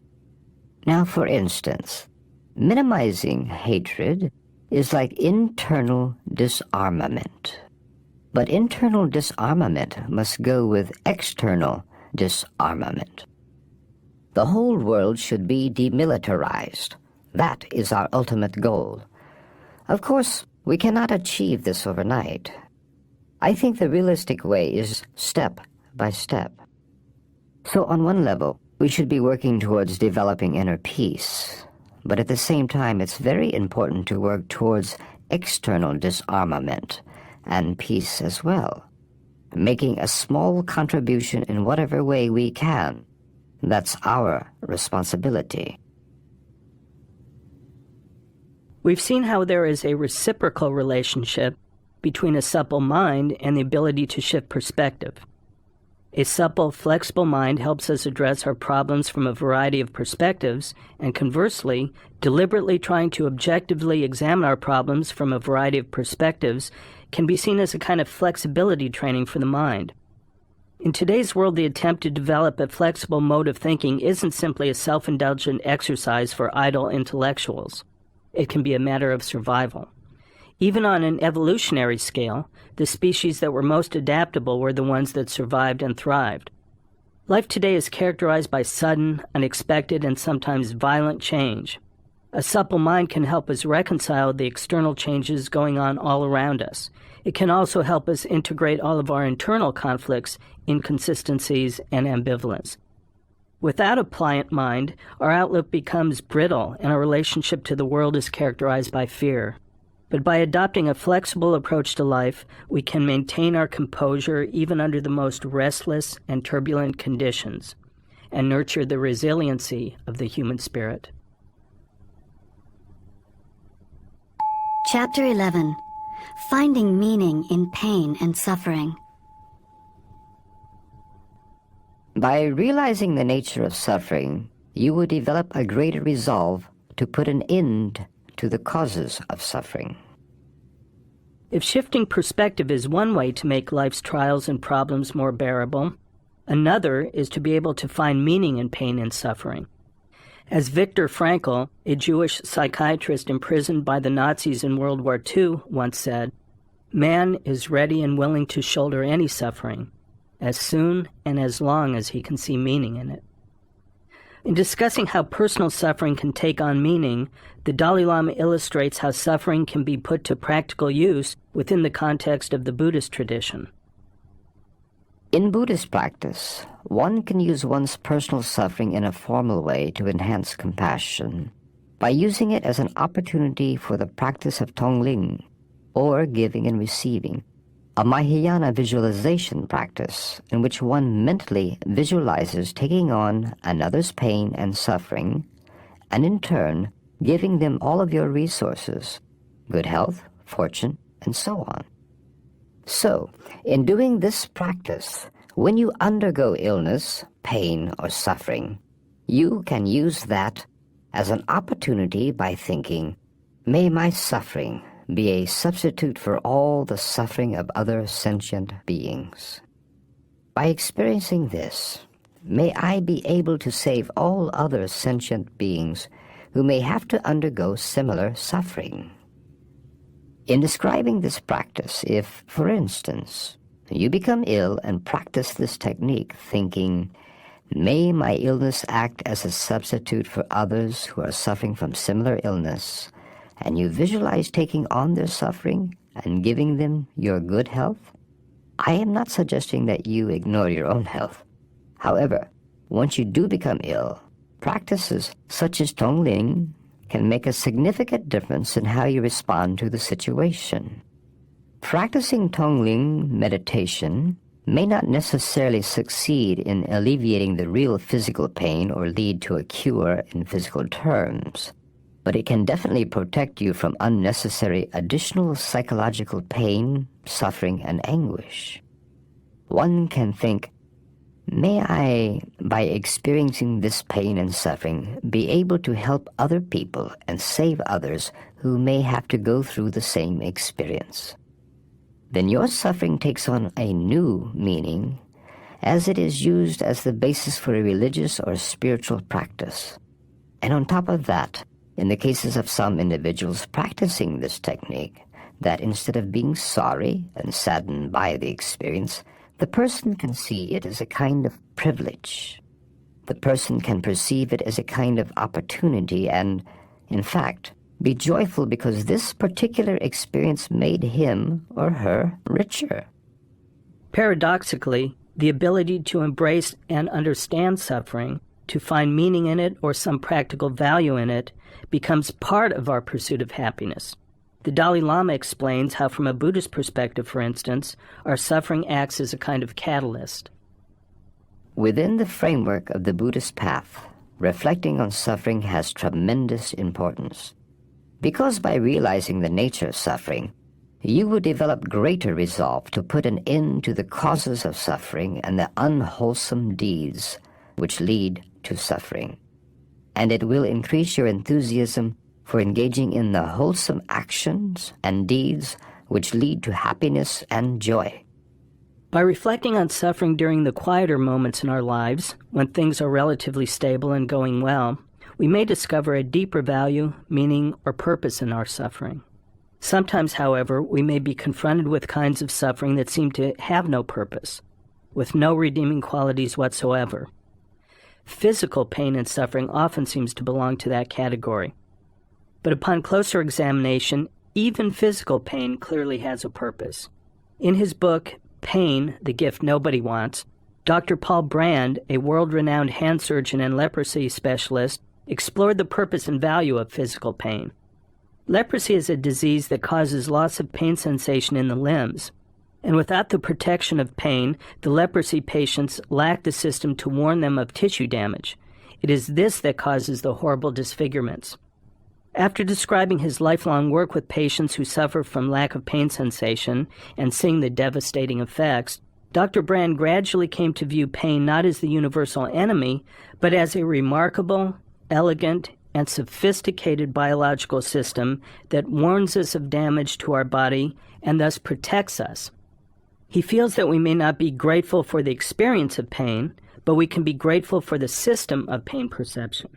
And beyond that, he feels that not only can our attitude about pain change by understanding its meaning and purpose, but that change in attitude can actually lessen the degree to which we suffer when we are physically injured.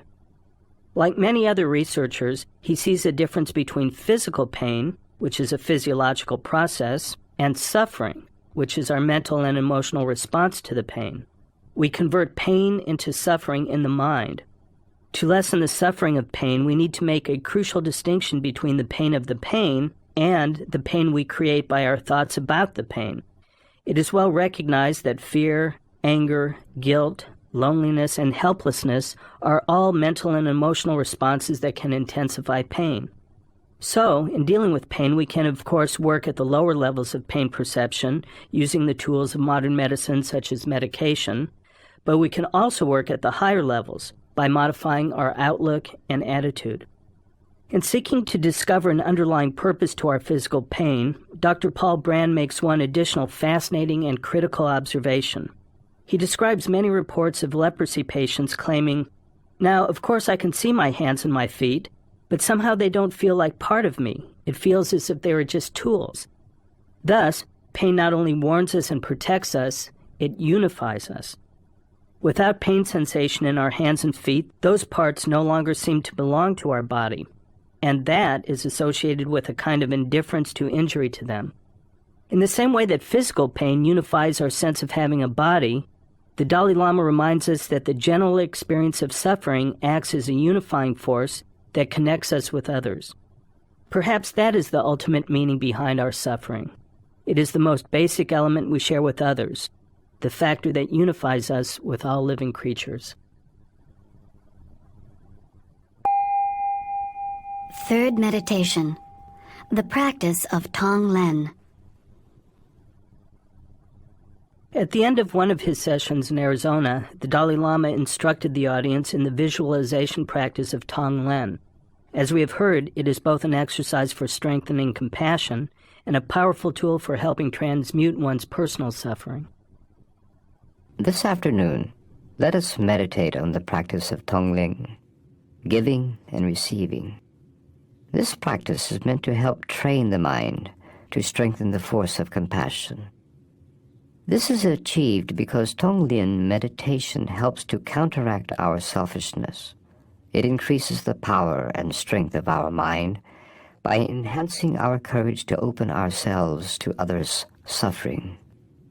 To begin this exercise, first visualize on one side of you a group of people who are in desperate need of help, those who are in an unfortunate state of suffering, those living under conditions of poverty, hardship, and pain.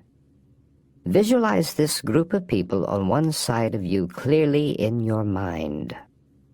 Then on the other side, visualize yourself as the embodiment of a self-centered person with a customary selfish attitude, indifferent to the well-being and needs of others. And then in between this suffering group of people and this selfish representation of you, see yourself in the middle as a neutral observer. Next, notice which side you are naturally inclined toward. See whether your natural feeling of empathy reaches out to the group of weaker people who are in need, or if it is inclined more towards that single individual, the embodiment of selfishness on the other side. If you look objectively, you can see that the well-being of a group or a large number of individuals is more important than that of one single individual. After that, focus your attention on the needy and desperate people. Direct all of your positive energy toward them. Mentally, give them your successes, your resources, your collection of virtues, and take upon yourself their suffering, their problems, and all their negativities. For example, you can visualize an innocent starving child from Somalia and feel how you would respond naturally towards that sight. In this instance, when you experience a deep feeling of empathy towards the suffering of that individual, it isn't based on considerations like, he's my relative or she's my friend. You don't even know that person. But the fact that the other person is a human being and you yourself are a human being allows your natural capacity for empathy to emerge, enabling you to reach out. So you can visualize something like that and think, this child has no capacity of his or her own to be able to relieve himself or herself from his or her present state of difficulty or hardship. Then mentally take upon yourself all the suffering of poverty, starvation, and the feeling of deprivation, and mentally give your facilities, wealth, and success to this child. So, through practicing this kind of giving and receiving visualization, you can train your mind. When engaging in this practice, it is sometimes helpful to begin by first imagining your own future suffering, and with an attitude of compassion, take your own future suffering upon yourself right now, with the wish of freeing yourself from all future suffering. After you gain some practice, You can then expand the process to include taking on the suffering of others. When you do the visualization of taking upon yourself, it is useful to visualize these sufferings, problems, and difficulties in the form of poisonous substances, dangerous weapons, or terrifying animals, things that normally the very sight of which makes you shudder. So visualize the suffering in these forms, and then absorb them directly into your heart. The purpose of visualizing these negative and frightening forms being dissolved into our hearts is to destroy our habitual selfish attitudes that reside there.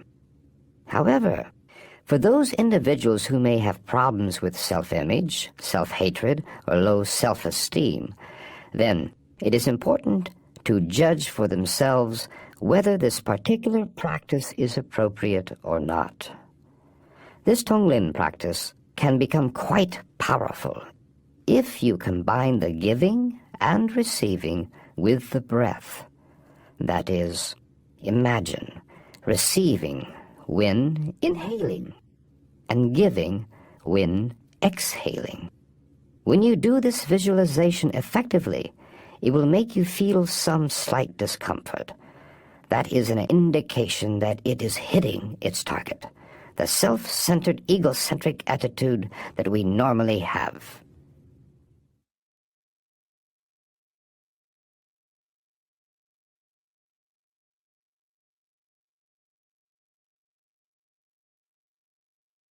Part 4. Overcoming Obstacles. Chapter 12. Bringing About Change. Our positive states of mind can act as antidotes to our negative tendencies and illusory states of mind. It is important to remember that the Dalai Lama's emphasis on recognizing the inevitability of suffering and the uses of suffering emerged from a fundamentally optimistic context, the Buddhist belief in the possibility of genuine transformation and change. Earlier, we mentioned that in seeking happiness, we begin by learning about how negative emotions and behaviors are harmful to us and how positive states of mind are helpful. But in discussing an approach to bringing about positive changes within oneself, learning is only the first step. There are other factors as well: conviction, determination, action, and effort. Next, one transforms determination into action. The strong determination to change enables us to make a sustained effort to implement the actual changes. The final factor of effort is critical. Now, no matter what behavior you are seeking to change, no matter what particular goal or action you are directing your efforts towards, you need to start by developing a strong willingness or wish to do it. You need to generate great enthusiasm. And here, a sense of urgency is a key factor. For example, knowledge about the serious effects of AIDS has definitely created a sense of urgency that has put a check on a lot of people's sexual behavior. I think that often, once we obtain the proper information, that sense of seriousness and commitment will come. So, this sense of urgency can be a vital factor in affecting change. It can give us tremendous energy. For instance, in a political movement, if there is a sense of desperation, there can be a tremendous sense of urgency.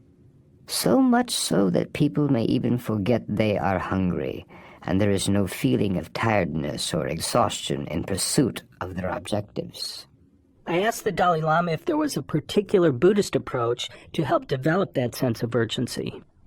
For a Buddhist practitioner to generate a sense of confidence and enthusiasm, we find in the Buddhist texts a discussion of the preciousness of human existence. We talk about how much potential lies within our body, how meaningful it can be, the good purposes it can be used for, the benefits and advantages of having a human form. Then, In order to generate a sense of urgency, to engage in spiritual practices, the practitioner is reminded of one's impermanence, of death. The awareness of impermanence is encouraged so that when it is coupled with your appreciation of the enormous potential of your human existence, it will give you a sense of urgency that I must use every precious moment. Given the Dalai Lama's view that one must generate a high degree of enthusiasm to effect positive changes in one's life, I asked him about his approach to overcoming apathy. He suggested first ruling out a physical or biological cause that may contribute to a feeling of low energy or laziness. Then he continued. To overcome apathy and generate enthusiasm, to overcome one's negative behaviors and states of mind, once again, I think the most effective method, and perhaps the only solution, is to be constantly aware of the destructive effects of the negative behavior. One may need to repeatedly remind oneself of those destructive effects. Now, most people want to make positive changes in their lives, but sometimes we simply become habituated or accustomed to doing things in certain ways. And then we become sort of spoiled, doing only the things that we like to do, that we are used to doing. But we can also use habituation to our advantage. Through constant familiarity, we can definitely establish new behavior patterns. So by making a steady effort, I think we can overcome any form of negative conditioning and make positive changes in our lives. But you still need to realize that genuine change doesn't happen overnight. Deep down, mental development takes time and a consistent effort. Because of the slow and gradual nature of change and transformation, I wondered what prevented the Dalai Lama from becoming discouraged or losing hope. As far as my own spiritual practice goes, if I encounter some obstacles or problems, I find it helpful to stand back and take the long-term view rather than the short-term view. In this regard, I find that thinking about one particular verse gives me courage and helps me sustain my determination. As long as space endures, as long as sentient beings remain, may I too live to dispel the miseries of the world. However, as far as the struggle for the freedom of Tibet is concerned, if I utilize that kind of belief, being prepared to wait as long as space endures for eons and so on, I think that would be foolish. Here, one needs to take more immediate or active involvement. But even in the situation in Tibet, I think that viewing the situation from a wider perspective can definitely help. For instance, if I look at the situation inside Tibet from a narrow perspective, focusing only on that, then the situation appears almost hopeless. However, if I look from a wider perspective, a world perspective, then I see the international situation in which whole communist and totalitarian systems are collapsing, where even in China there's a democracy movement and the spirit of Tibetans remains high. So I don't give up. There's no doubt that in order to accomplish important goals, we need a strong driving mechanism to sustain us. Looking at the factors that motivate us to action, psychologists have identified three principal types of human motives. Primary motives are drives based on biological needs that must be met for survival, such as food, water, and air. Another category of motives involves our innate need for stimulation and information. The final category, called secondary motives, are those based on learned needs, such as the need for success, status, power, or achievement. These are acquired drives that can be influenced by social forces and shaped by learning. And it is at this level that modern psychological theories meet the Buddhist concept of developing determination and enthusiasm. In Buddhism, however, these acquired drives are not used only in the pursuit of worldly success, but in pursuit of higher goals, kindness, compassion, and spirituality, and develop as one gains a clearer understanding of the factors that lead to true happiness. Once we have built up a certain degree of drive and determination to make the changes necessary to live a happier life, we must then set about implementing these changes in our customary ways of thinking and acting. While science has recently revealed that one's genetic predisposition plays some role in an individual's characteristic way of responding to the world, most social scientists and psychologists feel that a large measure of the way we behave, think, and feel is determined by learning and conditioning, which comes about as a result of our upbringing and the various social and cultural forces around us. And since it is believed that behaviors are largely established by conditioning and reinforced and amplified by habituation, this opens up the possibility, as the Dalai Lama contends, of extinguishing harmful or negative conditioning and replacing it with helpful, life-enhancing conditioning. In eliminating one's negative emotions and states of mind, however, one question arises. Since these negative emotions seem to be a natural or integral part of our psychological makeup, is it really reasonable or practical to try to eradicate them? Yes. Some people suggest that anger, hatred, and other negative emotions are a natural part of our mind, and there is no way to really change these mental states. But that is wrong. Now, for example, all of us are born in an ignorant state. In this sense, ignorance is also quite natural. But as we grow through education and learning, we can acquire knowledge and dispel ignorance. And in that same way, through proper training, we can gradually reduce our negative emotions and increase positive states of mind, such as love, compassion, and forgiveness. When speaking of these negative states of mind, I am referring to what are called yang mung in Tibetan, or klesha in Sanskrit. This term literally means that which afflicts from within. It is often translated as delusions. It's easy to recognize the afflictive nature of these delusions simply because they have this tendency to destroy our calmness and presence of mind. But it's much more difficult to find out whether or not we can overcome them. That is a question that directly relates to the whole idea of whether or not it is possible to attain the full realization of our spiritual potential. That is a very serious and difficult situation. Now, in Buddhist thought, we have three principal premises on which we believe that can happen. The first premise is that all deluded states of mind, all afflictive emotions and thoughts, are essentially distorted in that they are rooted in misperceiving the actual reality of the situation.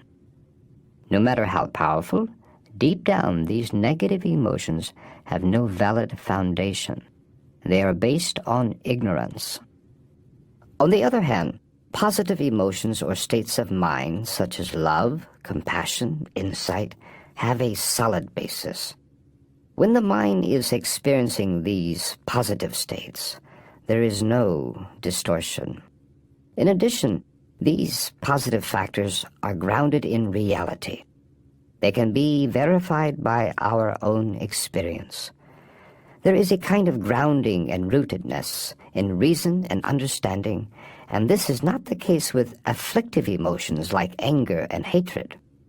On top of that, all these positive states of mind have the quality that you can enhance them and increase them to a limitless degree if you regularly practice them through training and constant familiarity. The second premise on which we base the claim that our negative emotions can be rooted out and eliminated is based on the fact that our positive states of mind can act as antidotes to our negative tendencies and illusory states of mind. And as you enhance the capacity of these antidotal factors, the greater their force, the more you will be able to reduce the force of the mental and emotional afflictions. Within Buddhist practice, the cultivation of certain specific positive mental qualities such as patience, tolerance, kindness, and so on, can act as specific antidotes to negative states of mind such as anger, hatred, and attachment. But since these positive antidotes seek to eliminate only certain specific emotions, in some sense they can be seen as only partial measures. These afflictive emotions, such as attachment and hatred, are ultimately rooted in ignorance, misconception of the true nature of reality. Therefore, in order to fully overcome all of these negative tendencies, one must apply the antidote to ignorance, the wisdom factor. The wisdom factor involves generating insight into the true nature of reality. So we not only have specific antidotes for specific negative emotions, for example, patience and tolerance act as specific antidotes to anger and hatred, but we also have a general antidote, insight into the true nature of reality, that acts as an antidote to all negative states of mind. It is similar to getting rid of a poisonous plant. You can eliminate the harmful effects by cutting off the specific branches or leaves, or you can eliminate the entire plant by uprooting it. The third premise is that the essential nature of mind is pure. It is based on the belief that the underlying basic subtle consciousness is untainted by negative emotions. Its nature is pure, a state which is referred to as the mind of clear light. That basic nature of the mind is also called Buddha nature. So since negative emotions are not an intrinsic part of this Buddha nature, there is a possibility to eliminate them and purify the mind. The Dalai Lama's method of achieving full potential and becoming happy is radically different from most Western approaches. While we're used to the idea, for example, of using psychotherapeutic techniques such as behavior therapy to attack specific bad habits such as smoking, drinking, or temper flares, we are not accustomed to systematically cultivating positive attributes, love, compassion, generosity, as weapons against all negative states. The Dalai Lama's method for achieving happiness is based on the revolutionary idea that negative mental states are not an intrinsic part of our minds. They are transient obstacles that obstruct the expression of our underlying natural state of joy and happiness. And these obstacles can be neutralized through the antidotes, or the corresponding positive mental states. And when this discipline, derived from Buddhist thought, is viewed in the light of scientific evidence showing that we can change the very structure and function of the brain by establishing new conditioning that comes about by deliberately cultivating new ways of thinking, then the idea that we can achieve happiness through training of the mind seems a very real possibility. Chapter 13. Dealing with Anger and Hatred. If one comes across a person who has been shot by an arrow, one does not spend time wondering about where the arrow came from, or the caste of the individual who shot it, or analyzing the type of wood the shaft is made of, or the manner in which the arrowhead was fashioned. Rather, one should focus on immediately pulling out the arrow. This observation of the Buddhas leads us to the next step in the Dalai Lama's approach to reshaping our minds and hearts. The Dalai Lama now turns to some of the arrows, the negative states of mind that destroy our happiness, beginning with a discussion of anger and hatred. Generally speaking, there are many different kinds of afflictive or negative emotions, such as conceit, arrogance, jealousy, desire, lust, closed-mindedness, and so on. But out of all these, hatred and anger are considered to be the greatest evil because they are the greatest obstacle to developing compassion and altruism, and they destroy one's virtue and calmness of mind. Now, under rare circumstances, some kinds of anger can be positive. When motivated by compassion, it can act as a powerful force to bring about swift and decisive action. But generally speaking, anger leads to ill feeling and hatred is never positive. It has no benefit at all. It is always totally negative. The destructive effects of hatred are very visible, very obvious and immediate. For example, when a very strong or forceful thought of hatred arises within you, at that very instant it totally overwhelms you and destroys your peace of mind. Your presence of mind disappears completely. When such intense anger and hatred arises, it obliterates the best part of your brain, which is the ability to judge between right and wrong, and the long-term and short-term consequences of your actions. Your power of judgment becomes totally inoperable. It can no longer function. It is almost like you have become insane. Even at the physical level, hatred brings about a very ugly, unpleasant physical transformation of the individual. For reasons such as these, hatred is compared to an enemy. This inner enemy has no other function than causing you harm, destroying us, both in the immediate term and the long term. It is your true enemy, your ultimate enemy. This is very different from an ordinary enemy. Although an ordinary enemy may engage in activities that are harmful to us, at least he or she has many other functions. That person has got to eat and sleep. He or she cannot devote 24 hours a day of his or her existence to this project of destroying us. On the other hand, hatred has no other function, no other purpose than destroying us. So realizing this fact, you should resolve that you will never give an opportunity for this enemy, hatred, to arise within you. We cannot overcome anger and hatred simply by suppressing them. We need to actively cultivate the antidotes to hatred, patience and tolerance. When you are engaged in the practice of patience and tolerance, in reality, what is happening is you are engaged in a combat with hatred and anger. Since it is a situation of combat, you seek victory. But you also have to be prepared for the possibility of losing that battle. So while you are engaged in combat, you should not lose sight of the fact that in the process, you will confront many problems. You should have the ability to withstand these hardships. Someone who gains victory through such an arduous process is a true hero.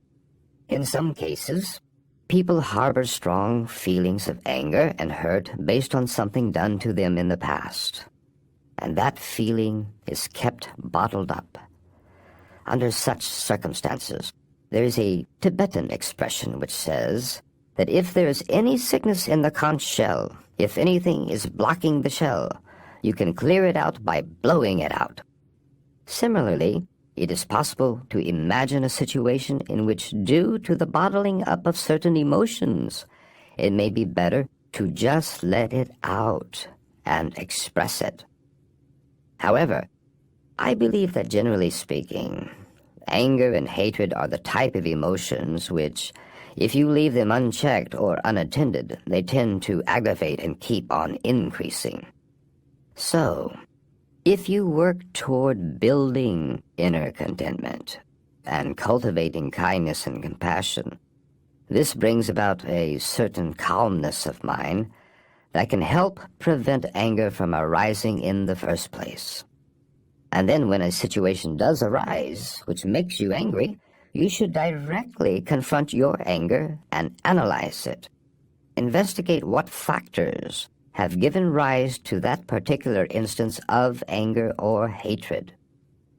Then analyze further, seeing whether it is an appropriate response, and especially whether it is constructive or destructive.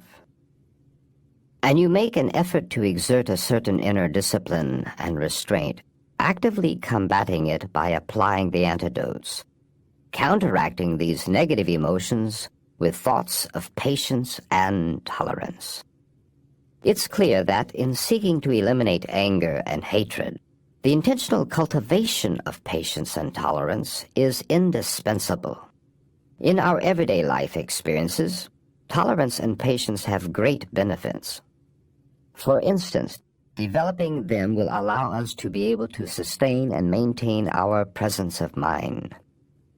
Although you may have experienced many negative events in the past, with the development of patience and tolerance, it is possible to let go of your sense of anger and resentment.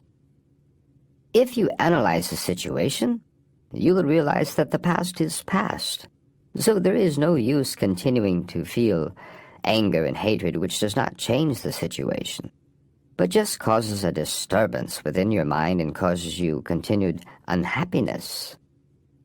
Another benefit of responding to difficult situations with patience rather than giving in to anger is that you protect yourself from potential undesirable consequences which might come about if you reacted with anger.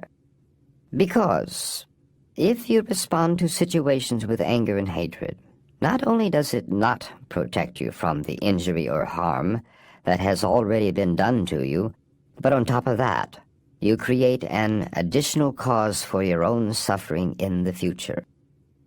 Since patience or tolerance comes from an ability to remain firm and steadfast, and not to be overwhelmed by the adverse situations or conditions that one faces, one should not see tolerance or patience as a sign of weakness or giving in, but rather as a sign of strength, coming from a deep ability to remain firm.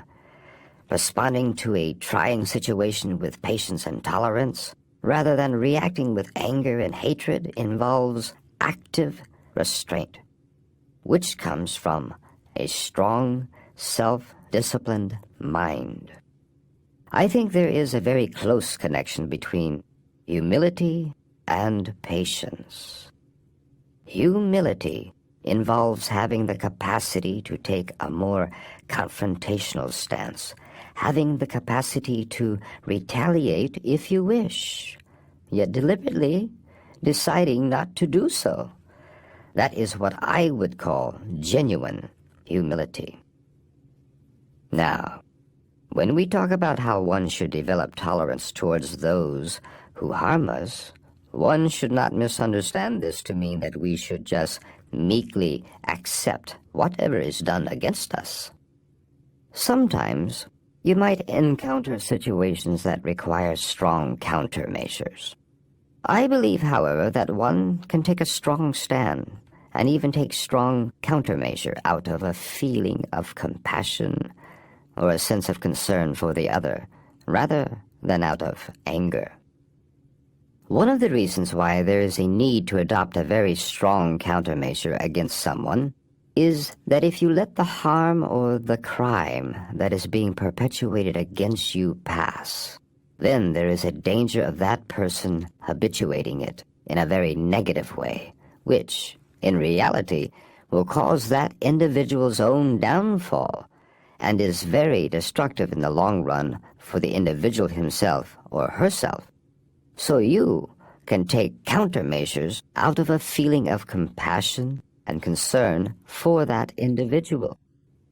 In Buddhism, a lot of attention is paid to our attitudes towards our rivals or enemies. This is because hatred can be the greatest stumbling block to the development of compassion and happiness. If you can learn to develop patience and tolerance towards your enemies, then everything else becomes much easier. Your compassion towards all others then begins to flow naturally. An end result of patience and tolerance is forgiveness.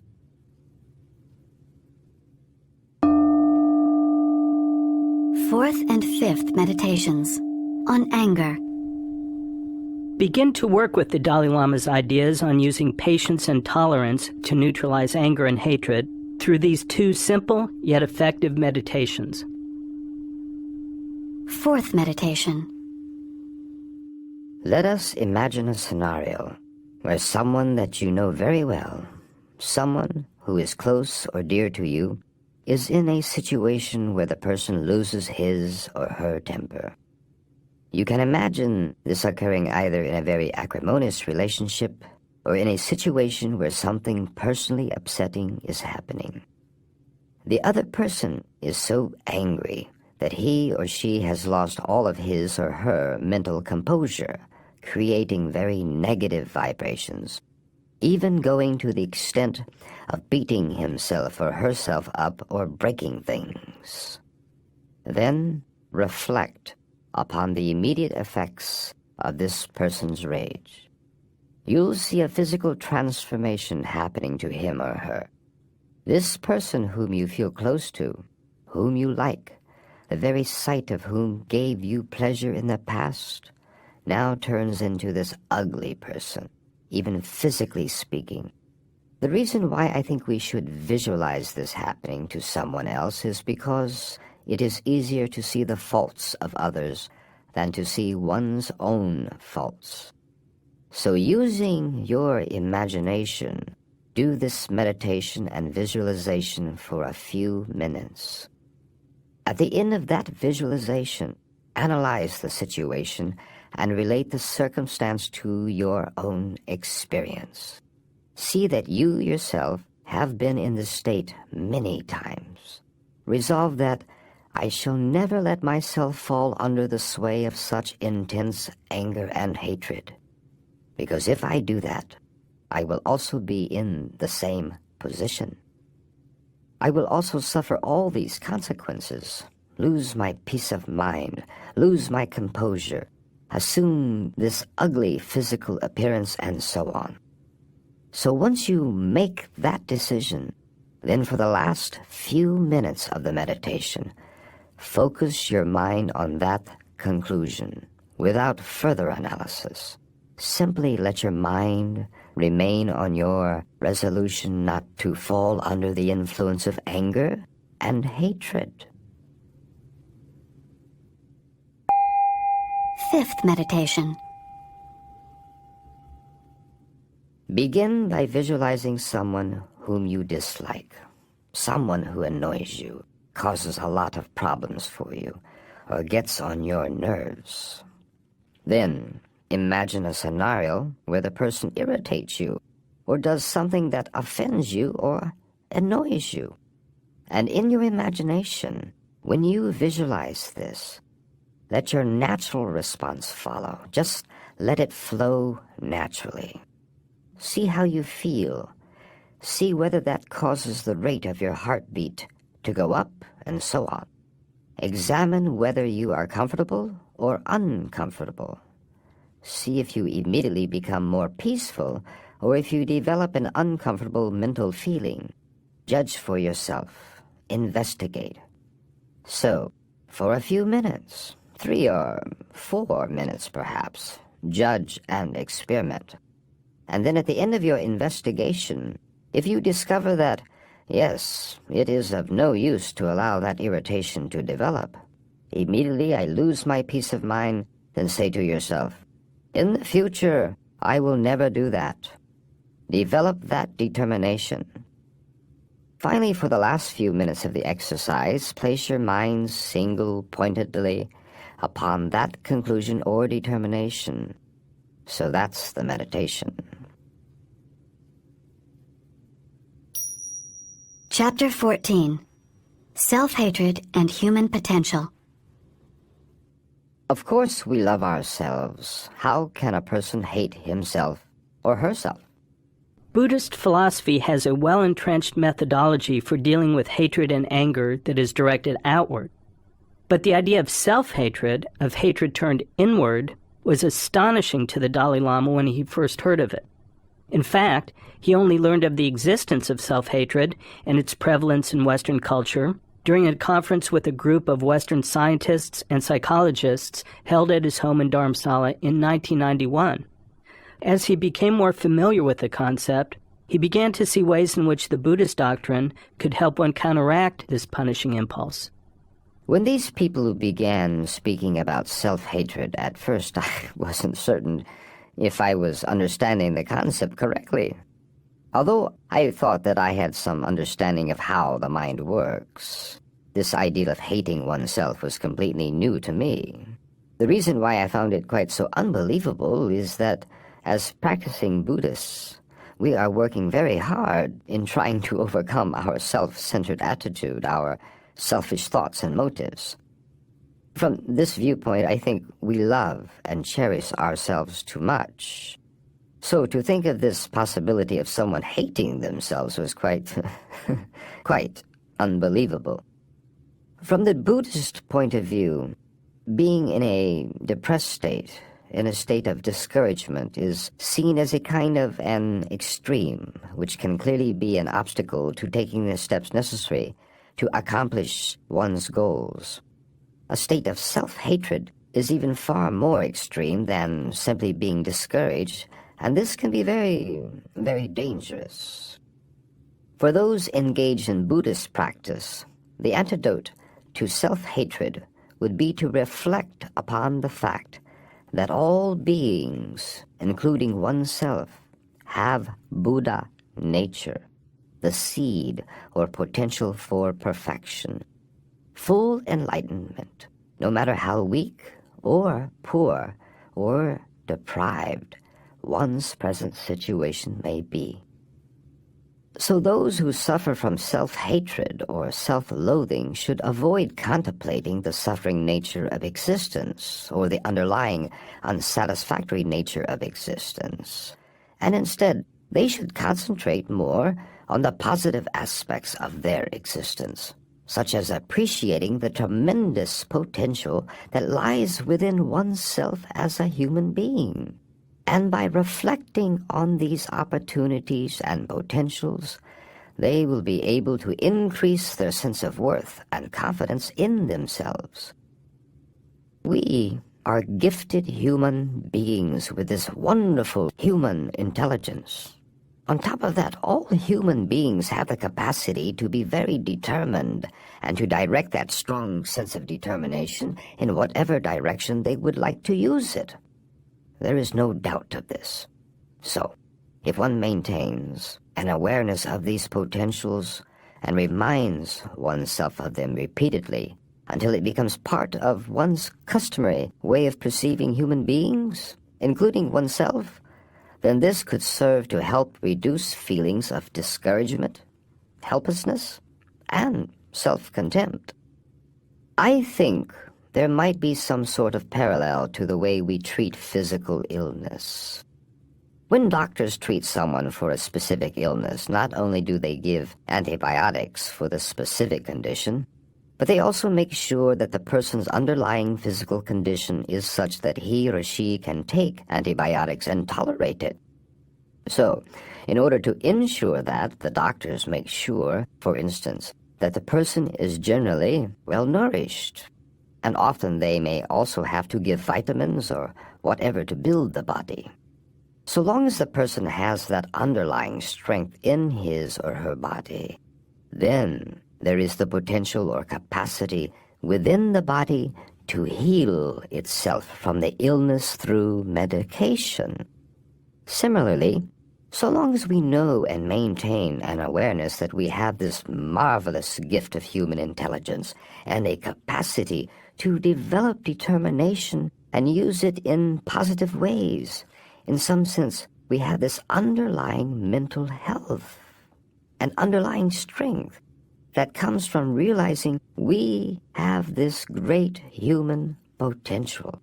This realization can act as a sort of built-in mechanism which allows us to deal with any difficulty, no matter what situation we are facing, without losing hope or sinking into self-hatred.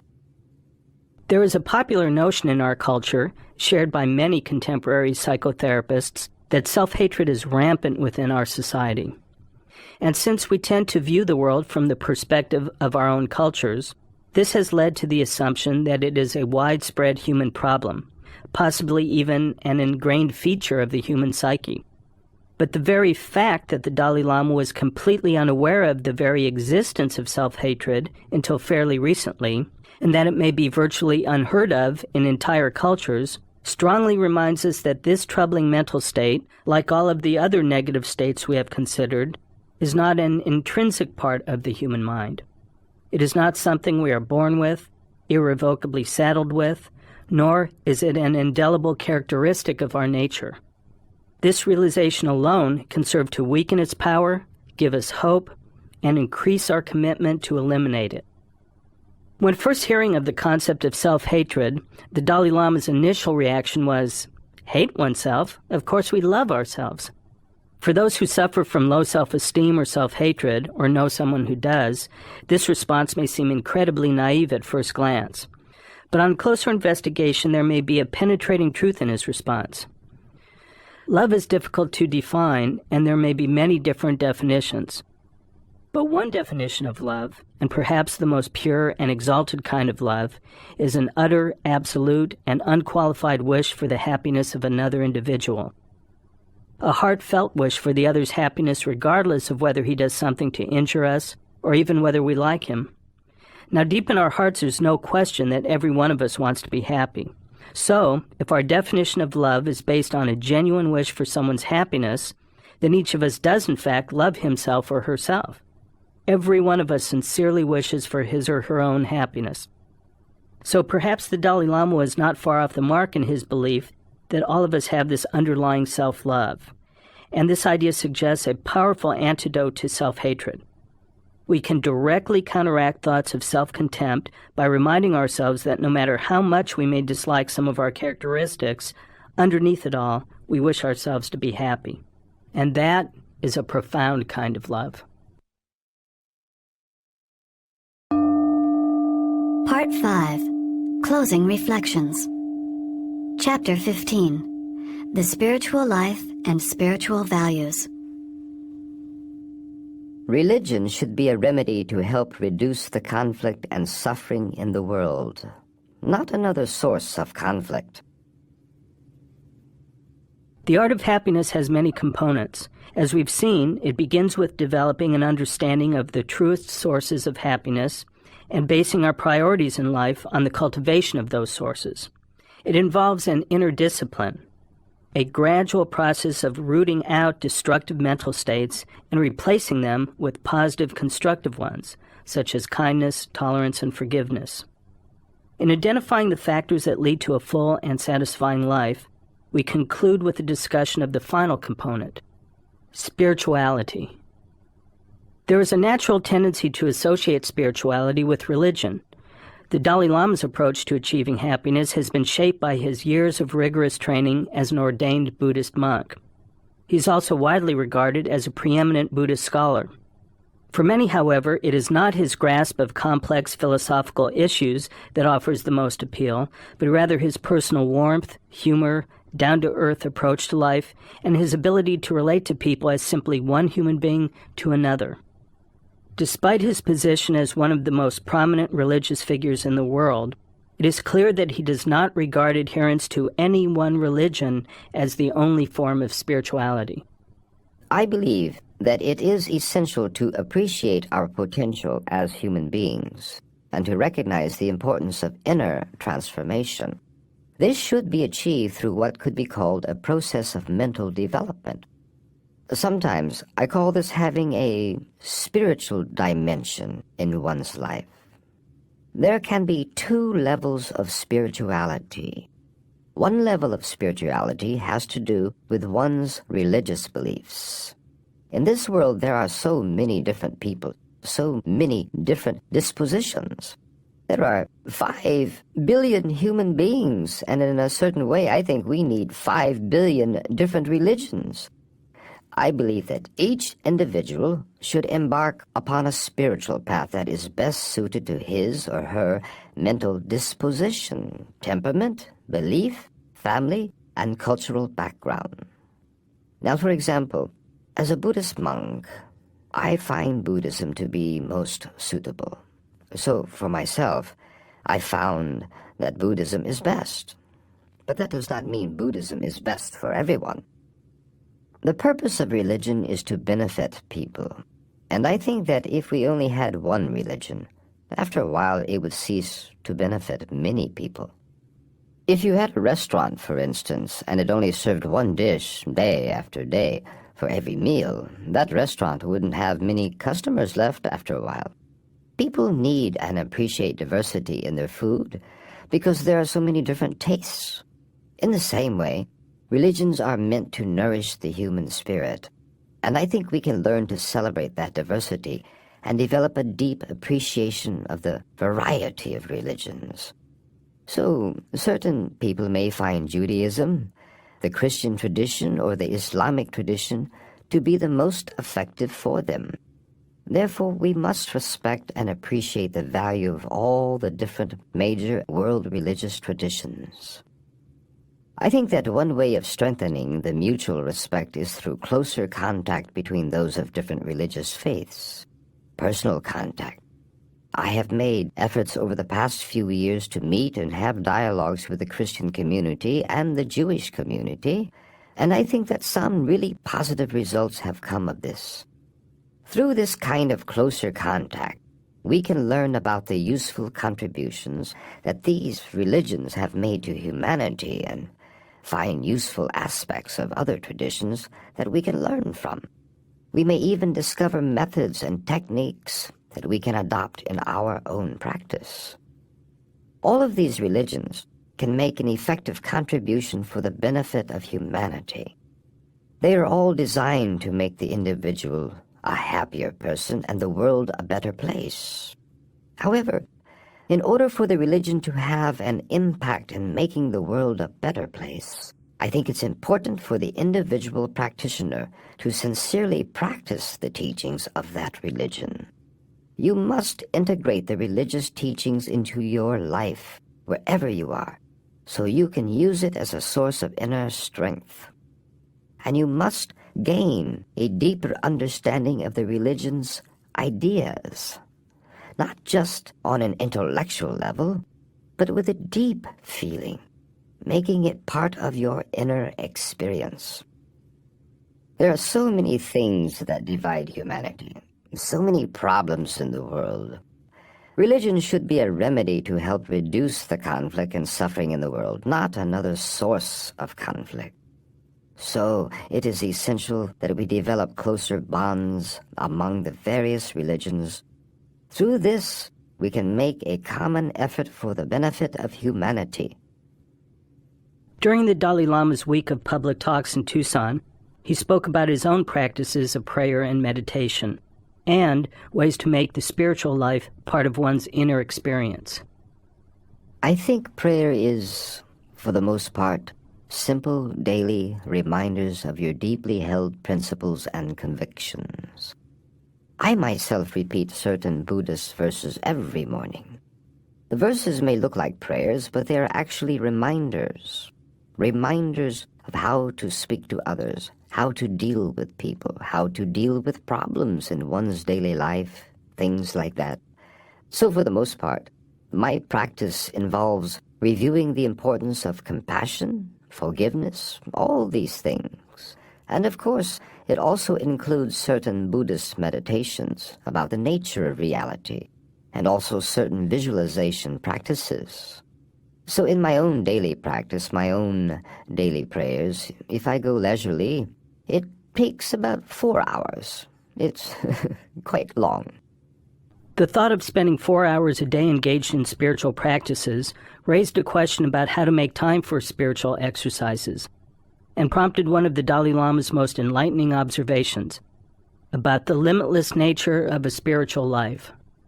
If you make the effort, you can always find some time, say in the early morning, or sometime like the weekend.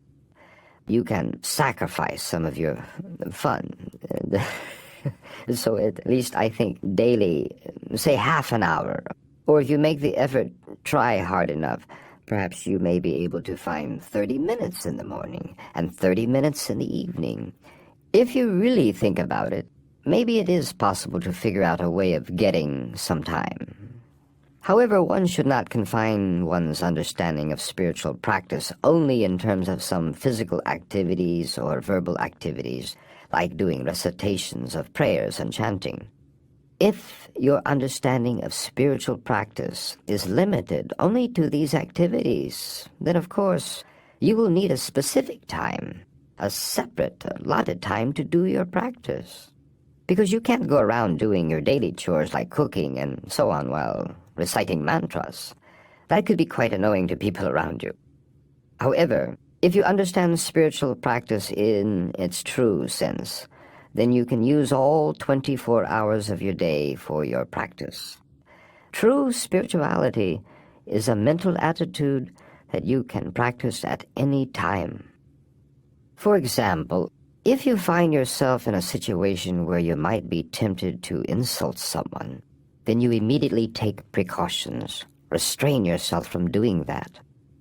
Similarly, if you encounter a situation where you may lose your temper, immediately be mindful and say, "No, this is not the appropriate way. That is actually a spiritual practice. Seen in that light, you will always have time." This reminds me of one of the Tibetan Kadampa masters, Patawa, who said that for a meditator who has a certain degree of inner stability and realization, every event, every experience you are exposed to comes as a kind of teaching. It's a learning experience. I think this is very true. So in speaking of having a spiritual dimension to one's life, we have identified one's religious beliefs as one level of spirituality. Now regarding religion, if you believe in any religion, that's good. But even without a religious belief, we can still manage. In some cases, we can manage even better, but that's our own individual right. If we wish to believe, good. If not, it's all right. But then there's another level of spirituality. That is what I call basic spiritual values, basic human qualities of goodness. Kindness, compassion, caring. So this, whether you are a believer or a non-believer, this kind of spirituality is very essential. I personally consider this second level of spirituality to be more important than the first, because no matter how wonderful a particular religion may be, it will still only be accepted by a limited number of human beings, only a portion of humanity. But as long as we are human beings, so long as we are members of the human family, all of us really need these basic spiritual values. Without this, human existence remains hard, very dry. As a result, the individual himself or herself cannot be a happy person. One's whole family will suffer, and then, eventually, society will be more troubled. In general, it is possible to indicate your particular religious or spiritual way of life through external means, such as wearing certain clothes, or having a shrine or altar in your house, or by doing recitations and chanting and so on. However, these practices or activities are secondary to conducting a truly spiritual way of life based on the basic spiritual values, because it is possible that all these religious activities can still go along with a person harboring a very negative state of mind. But true spirituality should have the result of making a person calmer, happier, more peaceful. So engaging in training or a method of bringing about inner discipline within one's mind is the essence of a religious life, an inner discipline that has the purpose of cultivating these positive mental states. Thus, whether one leads a spiritual life depends on whether one has been successful in bringing about that disciplined, tamed state of mind and translating that state of mind into one's daily actions.